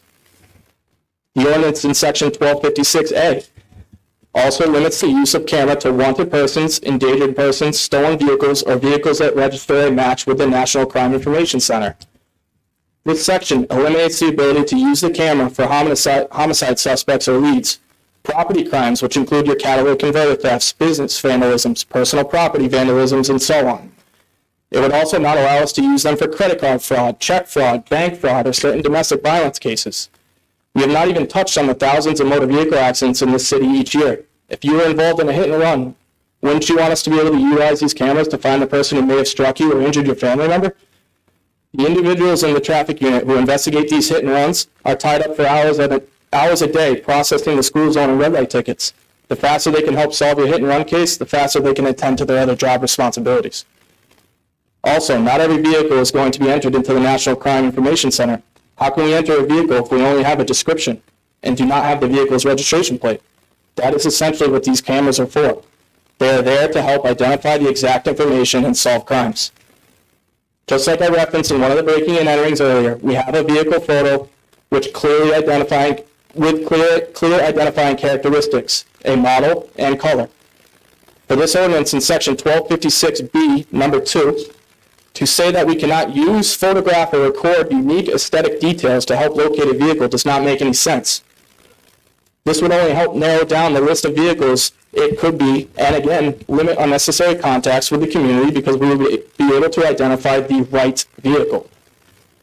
I know a lot of community members have been voicing their displeasure with the vehicles using side streets to avoid school cameras and red light cameras.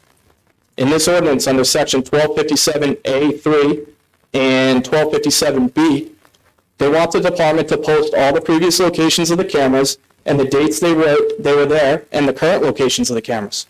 In my opinion, this just allows the criminals to know where to avoid and most likely venture into your back road neighborhoods. Doesn't this defeat the purpose of some of the camera system? I would also like to point out that the Bristol Police Department posted their annual report 2021 at the start of the year. In those goals, they also mentioned obtaining flock cameras. This is the same department that Councilman Morado is a member of. In conclusion, we as a union believe that this is an invaluable tool for our department and would be a massive leap forward into providing an even safer community for our East Providence residents. I do not agree with this ordinance or how it was written, and I think it has been done poorly and has not been thought out. We can use this resource to our benefit, and I think I highlighted a number of those benefits today. Please consider allowing us to deploy these flock cameras and do not allow an outside entity to dictate via an ordinance how we as a police department can or cannot operate. Thank you for your time. Thank you, sir. Thank you for your kind words of trying and attempting to protect the city. Councilman, would you like to have? Let's hand it start from JCLU if you have anything you would like to add.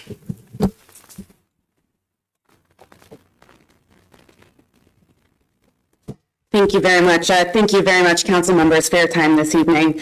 My name is Hannah Stern. I'm here from the ACLU of Rhode Island. I would first like to just really express our appreciation to Councilman Morado for introducing this ordinance and to Councilwoman Sousa for co-sponsoring this ordinance. We think that it's a really important piece of policy. We think it's a piece of policy that all municipalities should be putting in place before they institute any cameras like this. I know you received a very detailed letter from us about a month ago, which goes more into our stance on these cameras, but I won't belabor any of those points. I would, of course, be more than happy to expand upon them if anyone has any questions. But I do just really quickly want to respond to some of the points that were made by the police chief and by the previous speaker, which is first and foremost that this ordinance does not ban the use of these cameras. What this ordinance does is says, if you're going to be putting in place any automated license plate readers, they have to follow a very strict set of limitations. They have to follow a very strict policy for public transparency, and they have to obtain city council approval before their use. That's what this ordinance does. It does not ban them.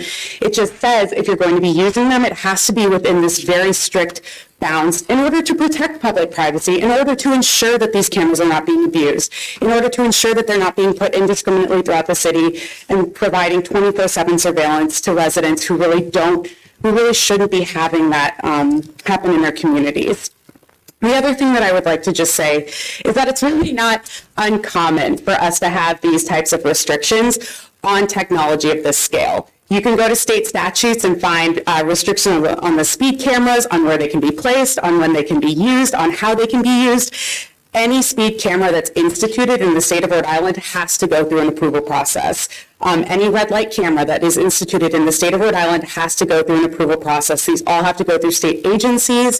The technology itself has to be approved before it's instituted. And again, there are very strict guidelines for when they can be used and when they can be instituted and how they can be placed in communities. So this really isn't an uncommon set of limitations or restrictions or policies to be putting in place for this type of technology, especially when it has really expansive use, especially when there are possibilities of it encroaching on public privacy, and especially when there are really no actual regulatory there's no actual regulatory language in place. One of the concerns that we have is that if we rely on the policies of a private company and of the municipal law enforcement departments, that there's really no accountability to the public if these cameras are being misused. And we're also really concerned that, especially because a lot of these policies are at the hand of a private company, they could change on a moment's notice. The public may have no actual understanding of what's happening. They may not know where this data is going. Right now, the deletion time is 30 days. Who knows what that could be in 2 months? You know, that's something that could change without city council approval. That's something that could change without the public actually knowing what is happening, where this data is going, how it's being collected, and when it's being collected, and we think that's incredibly concerning. So I just wanted to respond to a few of those points. I'd be happy to take any questions. If there's anything that the council would like me to expand upon, I would be more than happy to do so. If there's anything that anyone is wondering about, I'd be more than happy to respond. At the pleasure of the council. My guess is, and maybe Chief, you can answer this as well, in an event that we do have flock cameras in this city, that there will be a contract drawn up with these stipulation rules, regulations that will guide us through this, where the public is fully aware of what the contract has and what's in the contract and what you can and, more importantly, cannot do. I mean, can you speak to that as well in an event that, there is a flock camera, there is a contract that goes out to the city for these flock cameras, and how that actually will work with the process to address, I'm sorry, your name again, please? Hannah Stern. Hannah, Ms. Stern's concerns. So I don't know if I can address all the details of what would be in the contract, but at the council's pleasure, I do have a representative here from Flock who could expand on, the content. We haven't signed a contract yet. Right. So, I don't, we haven't analyzed all the wordings of the contract. I'd be premature to, try to attempt to answer what would be in the contract. The Chief, if we could bring up, at the council's pleasure, I would just say, I think what prompted this whole discussion was the fact that the administration did bring back a resolution to the council for approvals to enter into a contract. So obviously without that approval, he would not be able to enter, the mayor would not be able to enter into the contract. So there is a process for which currently under current ordinances and the current charter that allows requires the council to give the mayor approval to enter into a contract, just like we did today when you gave the mayor approval to enter into a lease agreement for the Boys and Girls Club at the Weaver House. So there is a process. I don't know how specific it would get as far as what the contract is, but same with the red light cameras that we had and the school cameras. That was a resolution that was brought before the council. The contract was attached to the resolution. authorizing the mayor to enter into that contract. So there is review by the council. However, the contract itself would be drafted by yourself, my guess is, and there will be some negotiation with that contract, Yeah. as opposed to what can and cannot be done to address some of the Yeah, I mean, concerns. I know that we did change and negotiate the school speed cameras. We changed some provisions in that contract that they accepted. So I would assume there would be some type of negotiation. I just don't know exactly what that would be, because I haven't seen the underlying contract yet myself, because we're not even at that point yet. Okay. No, I just want to make sure that it's not that the private company comes and issues a contract and we as a city just approves it. You could reject the contract. You can say that we don't like this contract, and Or it can be negotiated. or negotiated, correct? To meet the standards of. Correct. Okay. Any questions from the council? From Ms. So is there any other comments as regards to the sections that were pointed out by the chief and the union president? Yeah, absolutely. I mean, I think the first thing that I do just really want to emphasize, and I did mention this already a bit at the beginning, is that this ordinance does not prevent, if the city council chooses to go forward with using these cameras, if the city council chooses to approve the use of block safety cameras, if the city council in conjunction also passes this ordinance, which we think is the correct way to go about this, this ordinance would not prevent the police from utilizing this technology for many of the instances that were referenced in both of their testimonies. This allows for the police to track stolen vehicles. It allows for them to use license plates to find missing and endangered persons. These are capabilities that would be permitted by this ordinance. What this ordinance does is say that you can't use this technology in an inappropriately expansive manner. And we think those are very, very reasonable limitations to put on technology that would be recording every single vehicle that goes by a camera 24 hours a day, 7 days a week, storing all of this data in a database that, again, those conditions and the conditions of that data, the terms of that data are all subject to the policy of a private company and the municipal law enforcement departments, which could change it on a moment's notice. Again, there would be no public approval process that would be required for this. We think that's hugely concerning, especially when this does impact the public, when there are these very expansive surveillance technologies and capabilities being put on public streets. So is there an ordinance in the state at this point in time that simulates this or that's currently in place? Yeah, so there's currently a bill that I believe Councilman Cahoon mentioned. I believe it was 7507, H7507, I think is the number. 7507. Yeah, I always get confused if it's 7307 or 7507. So that has been adopted by the cities? No, so Okay. that's going through the state legislature right now. It's been introduced in the House. There's a companion bill that will be introduced in the Senate. That would ensure that this process is abided by all municipalities. But we really think it's really important that municipalities start this process now. We don't think that you should wait for the state. We think that this is something municipalities should be addressing from the get-go to ensure their residents that these cameras are not being used for inappropriate use. So this ordinance has not been adopted by any municipality in the state of Rhode Island? Okay.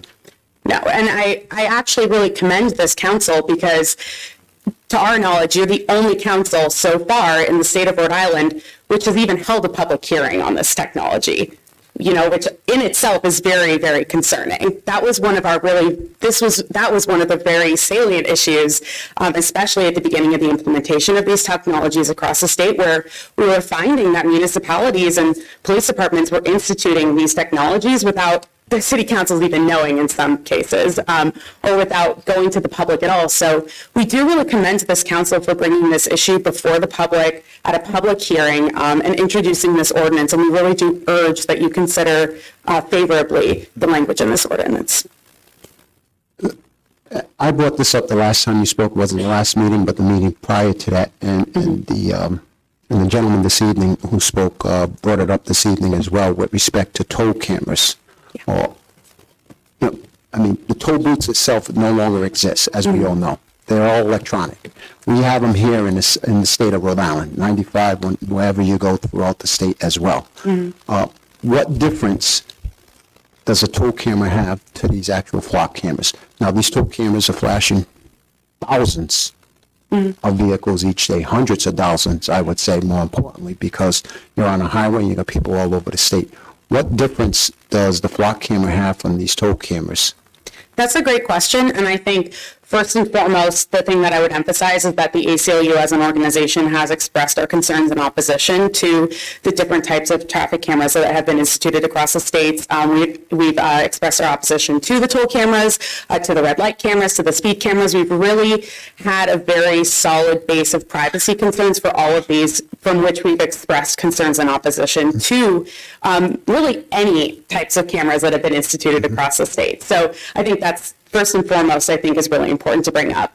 The thing that I would also really emphasize with those, though, is that things like toll cameras, the speed cameras, the red light cameras, those are all very narrowly tailored for an extremely specific purpose, and their use is limited. The speed cameras, those can only be used during school hours. Isn't the flock camera the same way, though? No, because the flock cameras are being used 24/7. There wouldn't be a daytime limitation. The speed cameras, for example, there's very statutory limitations on where they can be placed. They can only be placed around schools. There's also signage requirements. So if there's a speed camera in a certain area or at a certain cross street, there has to be signs at all of the different streets around. I used to live at Hope and Olney in Providence, so right near Hope High School, and there's a speed camera there. From pretty much every intersection, when you're approaching that speed camera, there's a warning telling you that there's a speed camera that operates during these hours. So that wouldn't be happening with the flock safety cameras. As the police chief noted, they wouldn't be providing publicly the locations of those cameras. That's very contrary to the way that the red light cameras and the speed cameras have been instituted. And also, again, those cameras have statutory guidelines for how they can be adopted, for how they can be approved. They have to be approved before they're instituted. It's really not an uncommon tactic or an uncommon set of policies to ensure that there are approval processes that engage the public in the use of this technology. Thank you. The one concern I have is not so much with the flock cameras, that everybody's talking about the evasion of privacy. And then, and I mentioned this last time as well. We carry around all the time. We can't leave home without it. It's like American Express, our cell phones. If we walk out the door and the phone's not with us, we immediately, an anxiety attack, we got to go back. This tracks every single move I make. I would be more concerned about this here that tells me how many steps I made in the course of a day, where exactly I've been in the course of a day, in the course of a week, in the course of a month, and you can go back even years. If you put Fitbits, watches now are being able to track you exactly where you are at every point in time. I would be more concerned about this than I would be more concerned about a flock camera, personally, myself, because this tracks more information about me than the flock cameras does itself. Police alluded that they're short-handed. I don't think any individual would have the opportunity, or more importantly, the time to go through the cameras only if there's an emergency on their hand. If there's no emergency, I can't see somebody sitting in front of a video just watching cars go by for one reason or the other, with the exception of an emergency. But I say this all the time, that this cell phone right here tracks every move I make. I was in a gym, for an example, last week, and a gentleman fell. And jokingly, he came over to me, well, at least I thought he was joking, and he said, my phone rang, it beeped, and it said, do you want me to call 911? I mean, this is the information that we carry around with us daily, 7 days a week, 24 hours a day, and we can't leave home without it. This is what I would be more concerned about personally, and this is my own personal opinion. I get, when people talk about the privacy, I get all of that. But this carries more information than those flock cameras do. So I absolutely agree. I think that there is a huge concern about the amount of data that's collected on residents in so many other capacities. But what I would say is the fundamental difference between me taking my phone into the East Providence City Council chambers and me leaving tonight and driving home and having my license plate photographed at possibly multiple cameras along the way in a hypothetical situation is that my phone being tracked is not sanctioned by the government. So my phone is not being imposed on me by this council. This phone is not being imposed on me by the state of Rhode Island saying you have to carry this and then we're going to keep a record of where you're going and we can access that at any time for any purpose that we think might be appropriate. That's not the case with our cell phones. And I certainly understand. I think that as a larger issue, I think that the amount of data that we have collected on us is a hugely concerning problem, and that's also something our organization addresses separately. But I think that really the fundamental difference is that our government should not be implementing surveillance technologies that allow for this capability of this breadth and at this scope, especially without the approval of the public, especially without the approval of our city councils, especially without the approval of our governmental bodies, which are here to really regulate and ensure that all technologies that are being implemented in the state are appropriate and are not encroaching on the rights of our residents. I get that. Yeah. Thank you.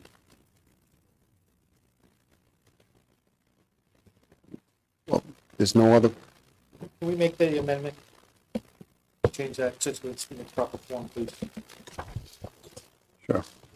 I'll make an amendment to make a change to section 12-57, A2, to strike the last wording in that from section 3A to section 12-56A. This is the Technical amendment to, yeah, I will second that motion. Thank you.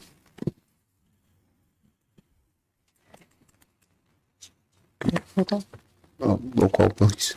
Councilman Cahoon? Aye. Councilman Morado? Aye. Council Vice President Rodrick? Aye. Councilwoman Souza? She just stepped out. Yep. Council President Brito? Aye. And just to be clear, this is a technical aspect. Just to change it, there's an error in the drafting. Yeah. Thank you. Not open to the public, right? Okay. It's not open to the public, right? No, it's a first passage. Yeah. Any further questions from the council? I have, I'd like to just add a few statements. Then we have to vote. Would you like me to stay up here? Or do you want to vote? Thank you. Do you want to vote on the? Before you proceed, we'll get the vote from the councilwoman.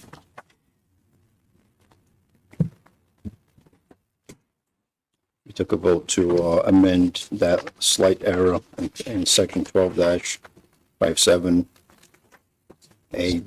paragraph 2, where it says section 3A, I changed it to section 12-56. So I'm waiting for your vote. Okay. Aye. So this was just so we're all under the understanding that this is amendment to the section for the correction 12-56-A. It wasn't a vote for or against the flock cameras, it's just to amend the section reference. Councilman? So, yeah, I sat here quietly and I listened to a lot. And I just want to give a history as to how this came to be and why I thought and why I think this is a good idea. All right. First of all, I take offense when I'm told that this introduction of this ordinance or this discussion has to do with ego and politics. That is completely from the truth.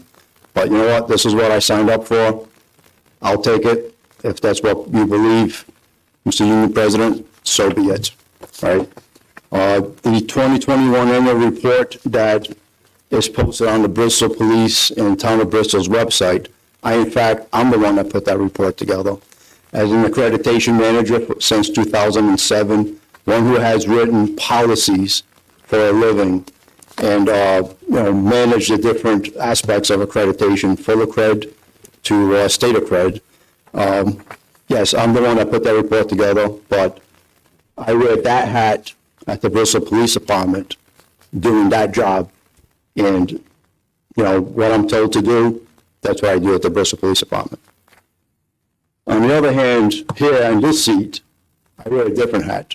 My police experience, yes, that does weigh on a lot of my decisions, especially when it comes to public safety. Yes, it does weigh on my decision when we discuss, policy and ordinances and what the difference is between the two, right? Policy can be changed one day to the next. A policy can be changed when you have a new mayor that comes in. Policy will be changed when a new chief comes in. I get it. This is not policy. This is ordinance. This takes longer to change. When we put the camera system out, the speed cameras, there was a lot of discussion, but there wasn't a lot of public input. Yes, they did have an opportunity. Yes, they could come to council chambers. All 50,000 of the residents can come in here and they can voice their opinion. But we didn't really do that. In fact, when I made that calculated decision to vote against the speed cameras, it was also based on the fact that I never received data, as an example, for the traffic study done in front of Canton Heights School. Why not? I don't know. Still haven't gotten it. So, soon after the speed cameras are implemented, what's next? Red light cameras, right? Was there a lot of public discussion on that? No, there was not. And please, let me just remind everybody again that Providence, since we like to compare ourselves to other municipalities like Providence and Pawtucket, they have ordinances in the book that govern their speed cameras. They have ordinances in the book that govern their red light cameras. So, I got elected as a voice of the people, and I'm going to continue to say that until the end. That's right. That's what I got elected for, to be the voice of the people. What did I do? I do what any good person in this position would do. Let me hear from the people. Let me educate them on a flock technology. Here's a link. Look at it. We have public discussion here. That's what you do as a council person. That's what you do as a representative, whether you're on a city council, school committee, or just running a president of whatever nonprofit. You get public input. You get member input. And in this case, this was the same. So I get the public input. And first off, the public right off the bat is telling me, we don't want these cameras.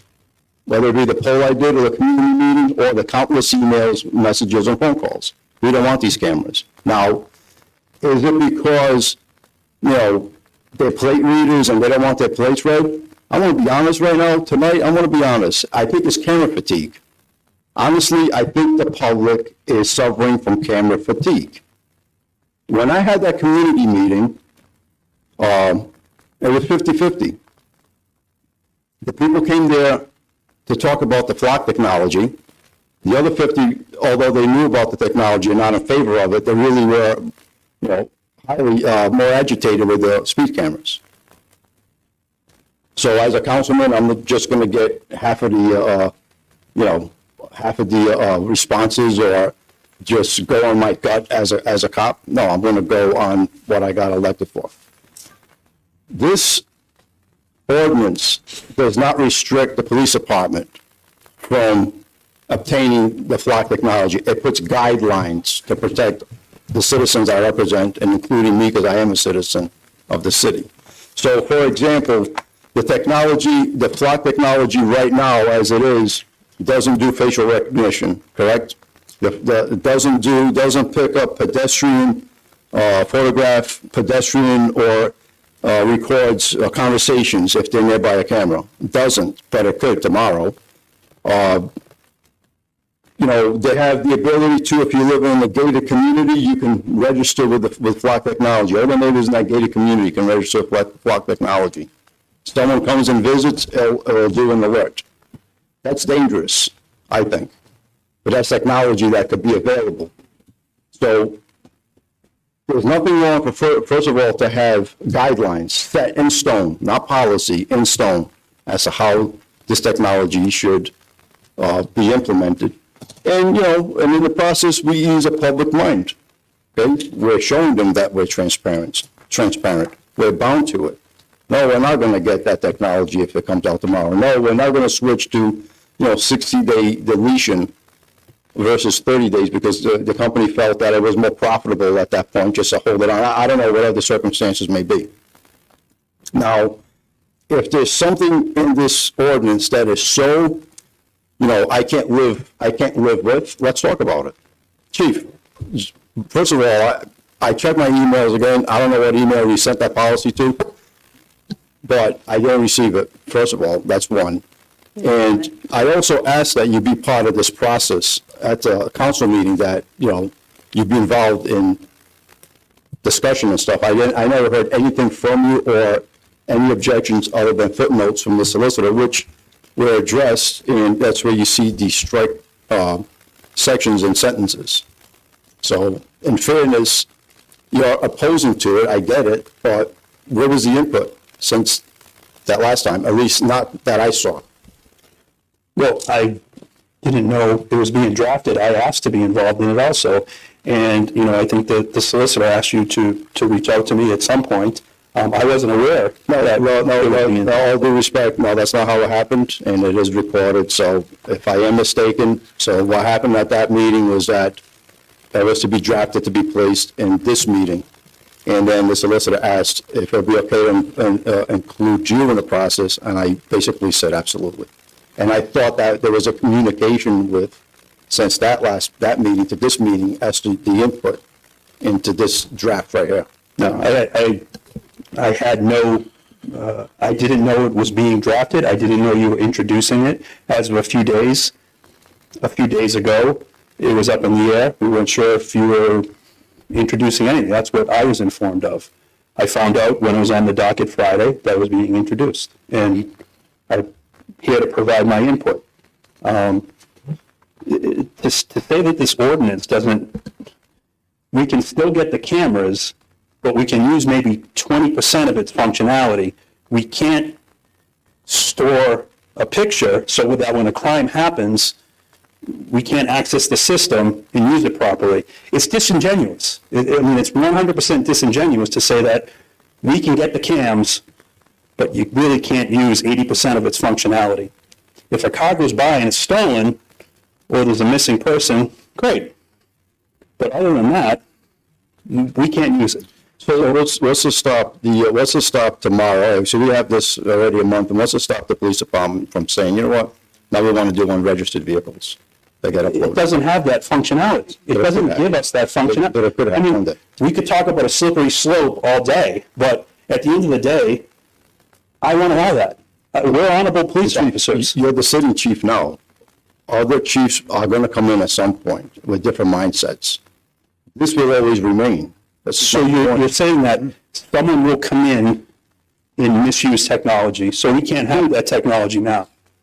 Well, if we're going to set it, what I'm saying is if we're going to introduce this, let's introduce it the right way.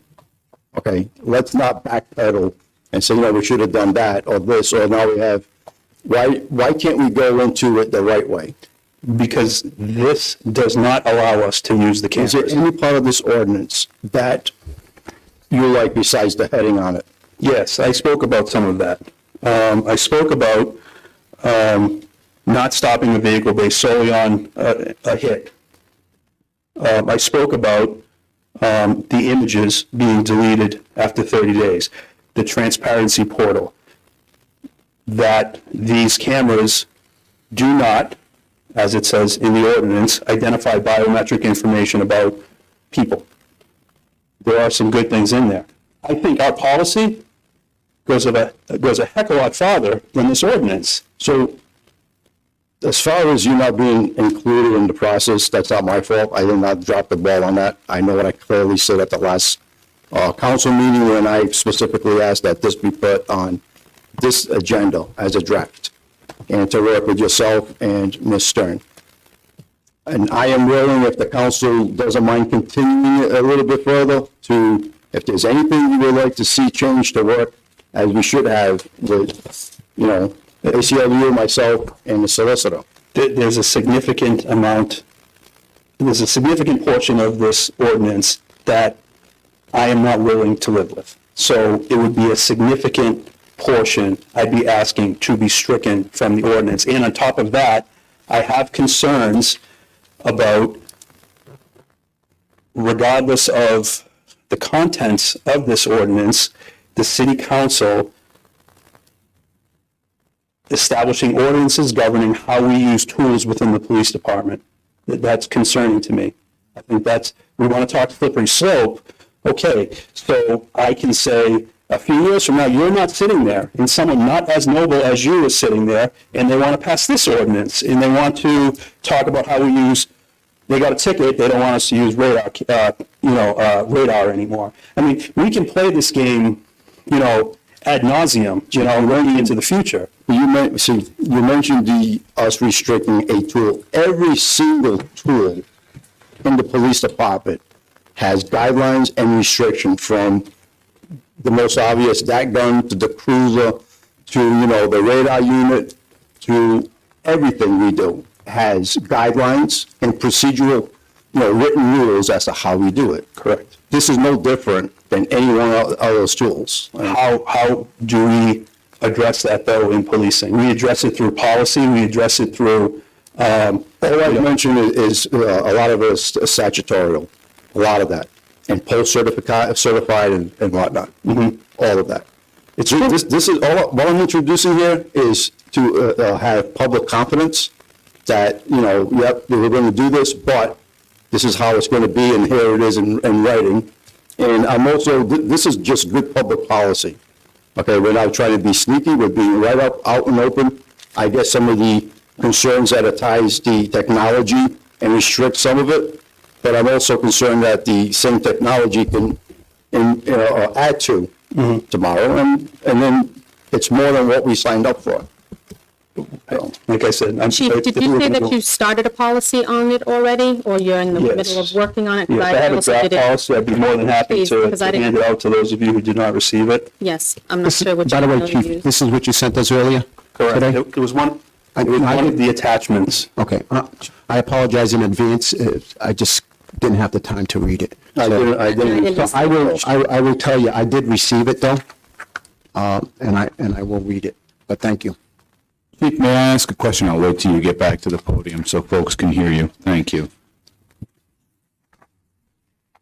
So, presuming that an officer violates a policy, any of the written policies, right?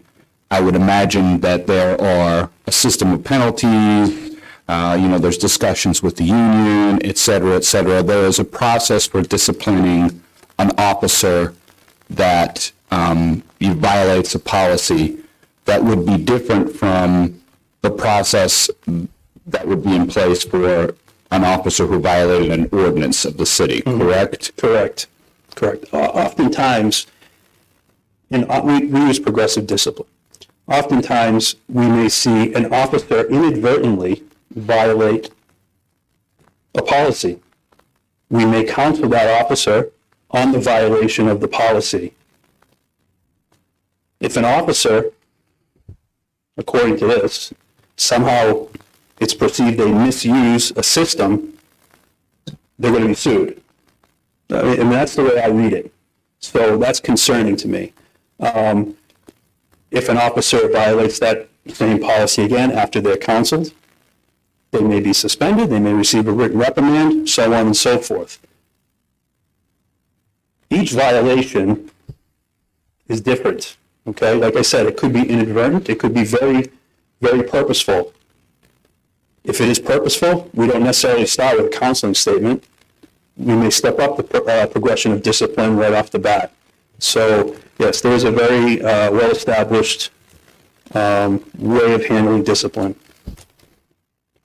I asked that question because I'm trying to think about the situation and understanding how stressful your job is, and understanding how many snap decisions that, somebody on patrol has to make in a very short period of time, and how impactful those decisions are.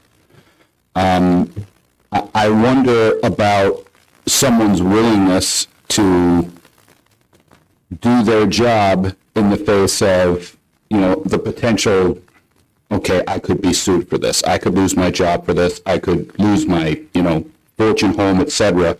I wonder if that's something. So when I asked that question because when I first read through the proposed ordinance, you said something that resonated with me. And that was, I was thinking specifically about the provision, the one that you actually said that you kind of understood, which is under 1256C. And it says, prior to stopping a vehicle based solely on identification within the automated license plate reader database, a law enforcement officer shall immediately confirm visually that the license plate on the vehicle matches the image of the license plate yada, yada, yada. That's in our policy you're reading from? This is in the ordinance. Okay, because that reads in our policy also. So, but when I think about, that is in your policy? Yes. When I think about the potential for, okay, how does someone document that they immediately took that step? How does someone say, all right, I have confirmed that, no kidding, this vehicle fits into one of these three categories. It is a stolen vehicle, it is a vehicle warranted, blah, blah, blah, blah, blah. How does someone actually do that quickly and document that they did that immediately? Well, they would document it after the fact in their report. Initially, what we would do is, currently, if we get a hit, an officer runs a plate and it comes back stolen, we don't immediately stop the vehicle. We confirm that through dispatch. They will run the plate, or they'll even call the agency that entered the vehicle as stolen to make sure it is still an active stolen vehicle and a mistake wasn't made and it wasn't taken out of the system. Steps are in place now to confirm these things. Okay. I just want to bring up one observation. In all due respect, Councilman, we did have hearings on speed cameras here. So we did have a public hearing here. And we, as a council, unanimously voted on the speed cameras here in the city. I wouldn't vote for that. Yeah, what you didn't vote for is for the mayor to enter into a contract. Correct. After I never received the data and everything But else. the meat and potatoes behind the resolution to have the cameras here and the traffic light cameras was voted here. Correct. We had the understanding that I was going to get more information, and then the understanding that we were going to have more public input. And so that never happened, and by the time it came to enter the contract, I voted against it. Well, it's a truth. Without going into detail, but you spoke highly of the cameras at the time of the meeting because you and I were communicating a lot. Correct, because of Kent Heights and the high school. Those are the only two locations I will ever discuss. Those are the only two areas that I was concerned with. I'm talking about prior to the resolution being introduced. You and I had prior conversations about the speed cameras. You were in full support. In fact, if I'm not mistaken, Correct. The two cameras in the high school and Kent Heights School, with the caveat that I received the traffic data information from Kent Heights, which I never received. Okay. But to say that, you didn't vote for it when we all did, we were all in support of it at the time because we knew the codes, we knew the speeding that was going on in the city. We knew the issues and problems that all of us were getting from our constituents, in addition to the reports that we were receiving from the police as well. We knew that. I knew that. I mean, this has been on my radar for well over 2 years. I'll go as far as 6 years ago, speeding. And I said, there's one way before I leave this council, I want to try to combat this issue, whether I had data or no data. It was an issue, and it continues and remains an issue. And one of the things that we talked about here is that when you look at the data, just from the month of November, prior to the cameras being installed and implemented, just for the warning period, that is, not installed, but just the warning period, there were over 60,000 tickets issued, warning tickets, that was. That's a problem. And that's in the city. And then you got people saying, well, I'm not going to go by the schools and the cameras. I'm going to take that speeding in the neighborhoods. That's even more of a problem. To say I'm going to bite my nose off to spite my face, essentially, is what I'm going to do. I'm going to take this traffic and speed through the neighborhoods, which, by the way, is a problem in itself. This has been on the council's radar for years. We've talked about this. We've had meetings after meetings about speeding in this city. And that's what got us to introduce, or me to introduce, the speed cameras. It's because it's been an issue citywide. It's an issue statewide. But at some point in time, we have to slow these vehicles down.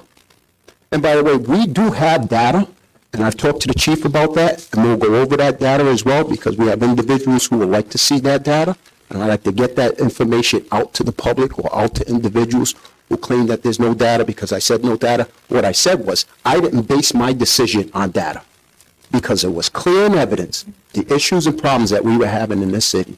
And that's why those cameras are up today, because of the issue. I know people want to say it's all about the money. It's not about the money. It was never about the money. It's combating the idea of how out of control. Speed cameras in school zones, you go 20 miles an hour. That was always there, by the way. That never, ever changed. Never changed. Okay? You don't get a ticket until you're actually 11 miles over the speed limit. You can go 5 miles, you can go 25 miles an hour, you can go 30 miles an hour in a school zone, 10 miles over the speed limit and not get a ticket. But when you go 11 miles, that's when you get the ticket. I just want to make that clear. We'll get that data out to individuals who would like to see that data as well. But I want to make it clear where I stand with the speeding in this city. I'll tell you, I've been combating this for over 5 years, and I said I'm going to do something about it. And I said that to my constituents. And now if we could take the police officers and bring them into the communities and into these streets and stop the speeding in these, in these pockets of neighborhoods where cars are speeding and cut throughs, more importantly, that would be another goal of mine if we could achieve that as well. Thank you, Chief. In addition to that contract that was signed that I voted against, there was mention of apparent, red light cameras. And the only discussion that we ever had on red light cameras was one time where it was mentioned that it was going to be entered part of the contract. We never discussed, where the red light cameras would be, why we need them, and yes, we should be operating off of data because, so do we just throw a red light camera at a random intersection, or do we throw one that has had plenty of, traffic accidents? I don't believe the public, if this was rolled out a certain way, I don't believe the public would be against the red light cameras. I don't even think the public would be against these cameras. But as I mentioned already, with the speed cameras, they're just suffering from camera fatigue, plain and simple. They're angry that we're getting more cameras. As a cop, I get it. As a council person, I also get it. So in order to not belabor this any longer, I can propose one of two things. And Chief, can you please send this to me, to my email? So is that the policy? Correct. I sent it to your ward or email address. If you don't mind just resending it, I could have overlooked it. When did you send it? About noon. Okay, I could actually have not checked my email yet. Is it possible, first of all, as a council, do you want to, I make a motion and just, to pass this, vote on it, whatever, as it is, or do you want me to at least take a look at this policy and see if we can pull anything from this? Mr. President, I'm sorry, go ahead. Thank you. So my opinion on this is now that I have the policy, which I've never received the email. So if you're sending it to the city's assigned council person's email, that has never been used by me in the 4 years that I've sat up here. And everybody has known that. So if you could send it to my Ward 2, Anna Souza, thank you. I appreciate that. That's where all my documents are forwarded to. I would definitely love to compare the two and see what's in the policy versus what we have in the ordinance or what's suggestive. I think to the councilman's point, policy is good, but we also do need a footing or a base with the ordinance that in the event that things do change, it's more of a public transparency, right? Policies change month to month, year to year, and nobody knows it except the departments or those that are affected directly behind the scenes. It's not made known to the public what policy changes are in any of divisions or departments until they stumble upon something that then they'll something that was changed. I didn't know that was changed. So that's not really transparent for the community or even to the council. So, and certainly by no means do I want to have my hands in the police department and how the police department is run. I trust fully in all the officers and their leadership to do their job as they have. I think East Providence is a very safe city. Though Providence and Pawtucket that are always referenced have all of this technology and they continue to have technology. What they don't have is the police officers that work and protect our community. And that's what's kept our community safe in a place where people continue to come to live and start a family or end the rest of their lives here because we have complete faith in our officers and their leadership to keep them safe in spite of all the technology that continues to present itself as a tool, and I'm all for using tools. But to say that the police department desperately needs these tools to be efficient, I think is inaccurate. I think you guys do a stellar job, though fatigue because of the staffing levels is a concern, and so my advocation is always to, let's get our numbers. Why aren't we spending the money and the resources to try to get those numbers up, or other services in the police department that then take the burden off of the police in other areas, like clerical work or social workers, things of that nature. So I would like to look through this and over it and have a discussion with you, or the councilman can do it, however we want to organize it, or if any other council members want to put interject their ideas, thoughts, or concerns. I'm happy to hear that also moving forward. If I may, regarding the policy, they are public. Do we advertise them all? No. But we could very easily make this very public on our Facebook page, on the city's website, our website within the city's website, and anyone could go on there and view that policy. I understand that, but the lame person's not going to be aware that you have a policy on X, Y, and Z. Let's be honest. I mean, the working family who's worried about trucking the children from school to soccer to cheerleading, cooking dinner, getting homework done, they're not looking for policies on any department level. Can I ask you a that affects question? them. Sure. If this policy was put into ordinance form, word for word, would you agree with this ordinance? I'd have to look at it. I mean, this is your policy. Just as is. We're going to vote on it tonight, as it is. And that is it right there. I mean, I would consider it.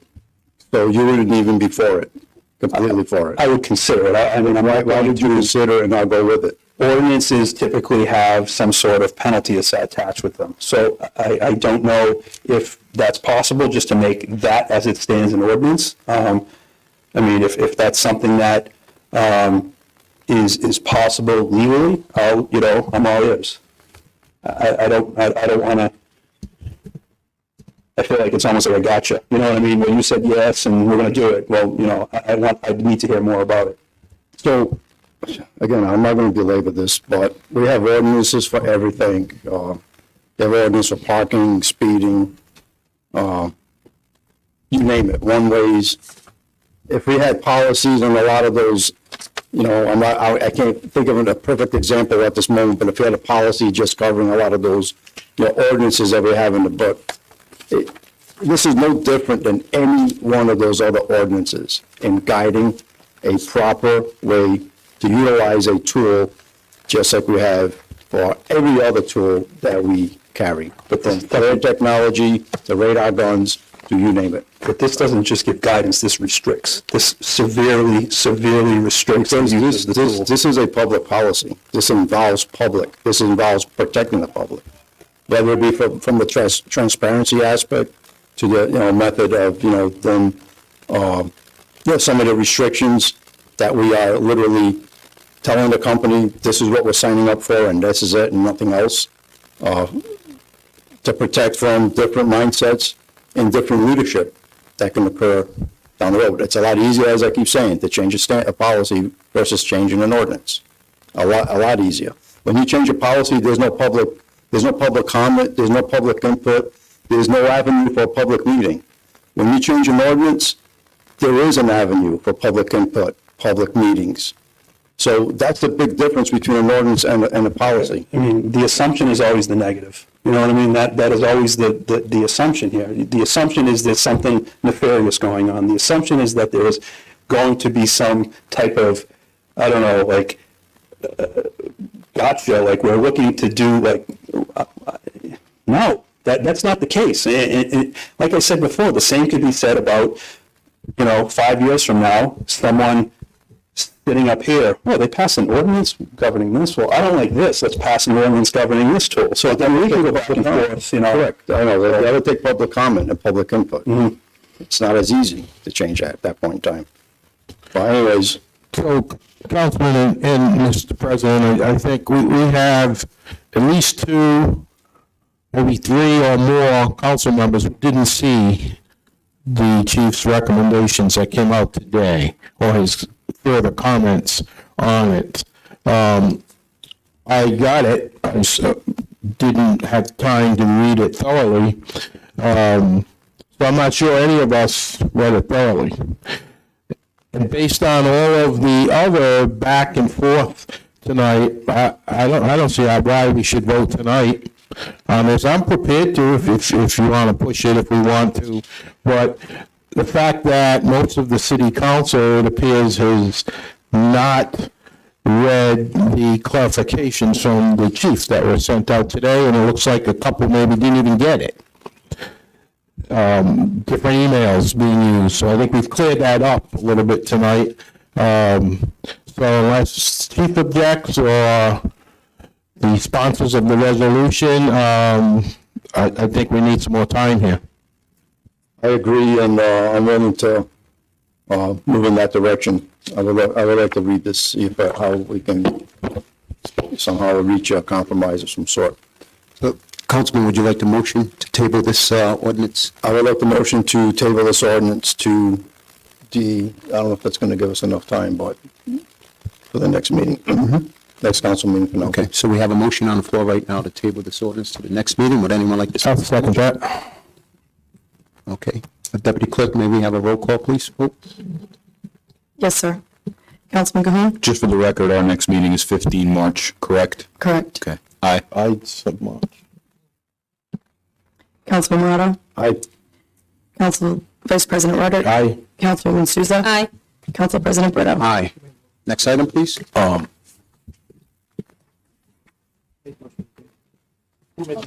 Councilman Morado?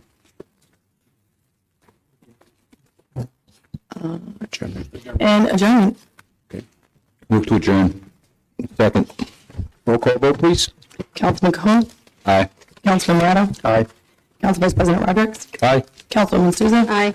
Council President Brito? Aye. Thank you.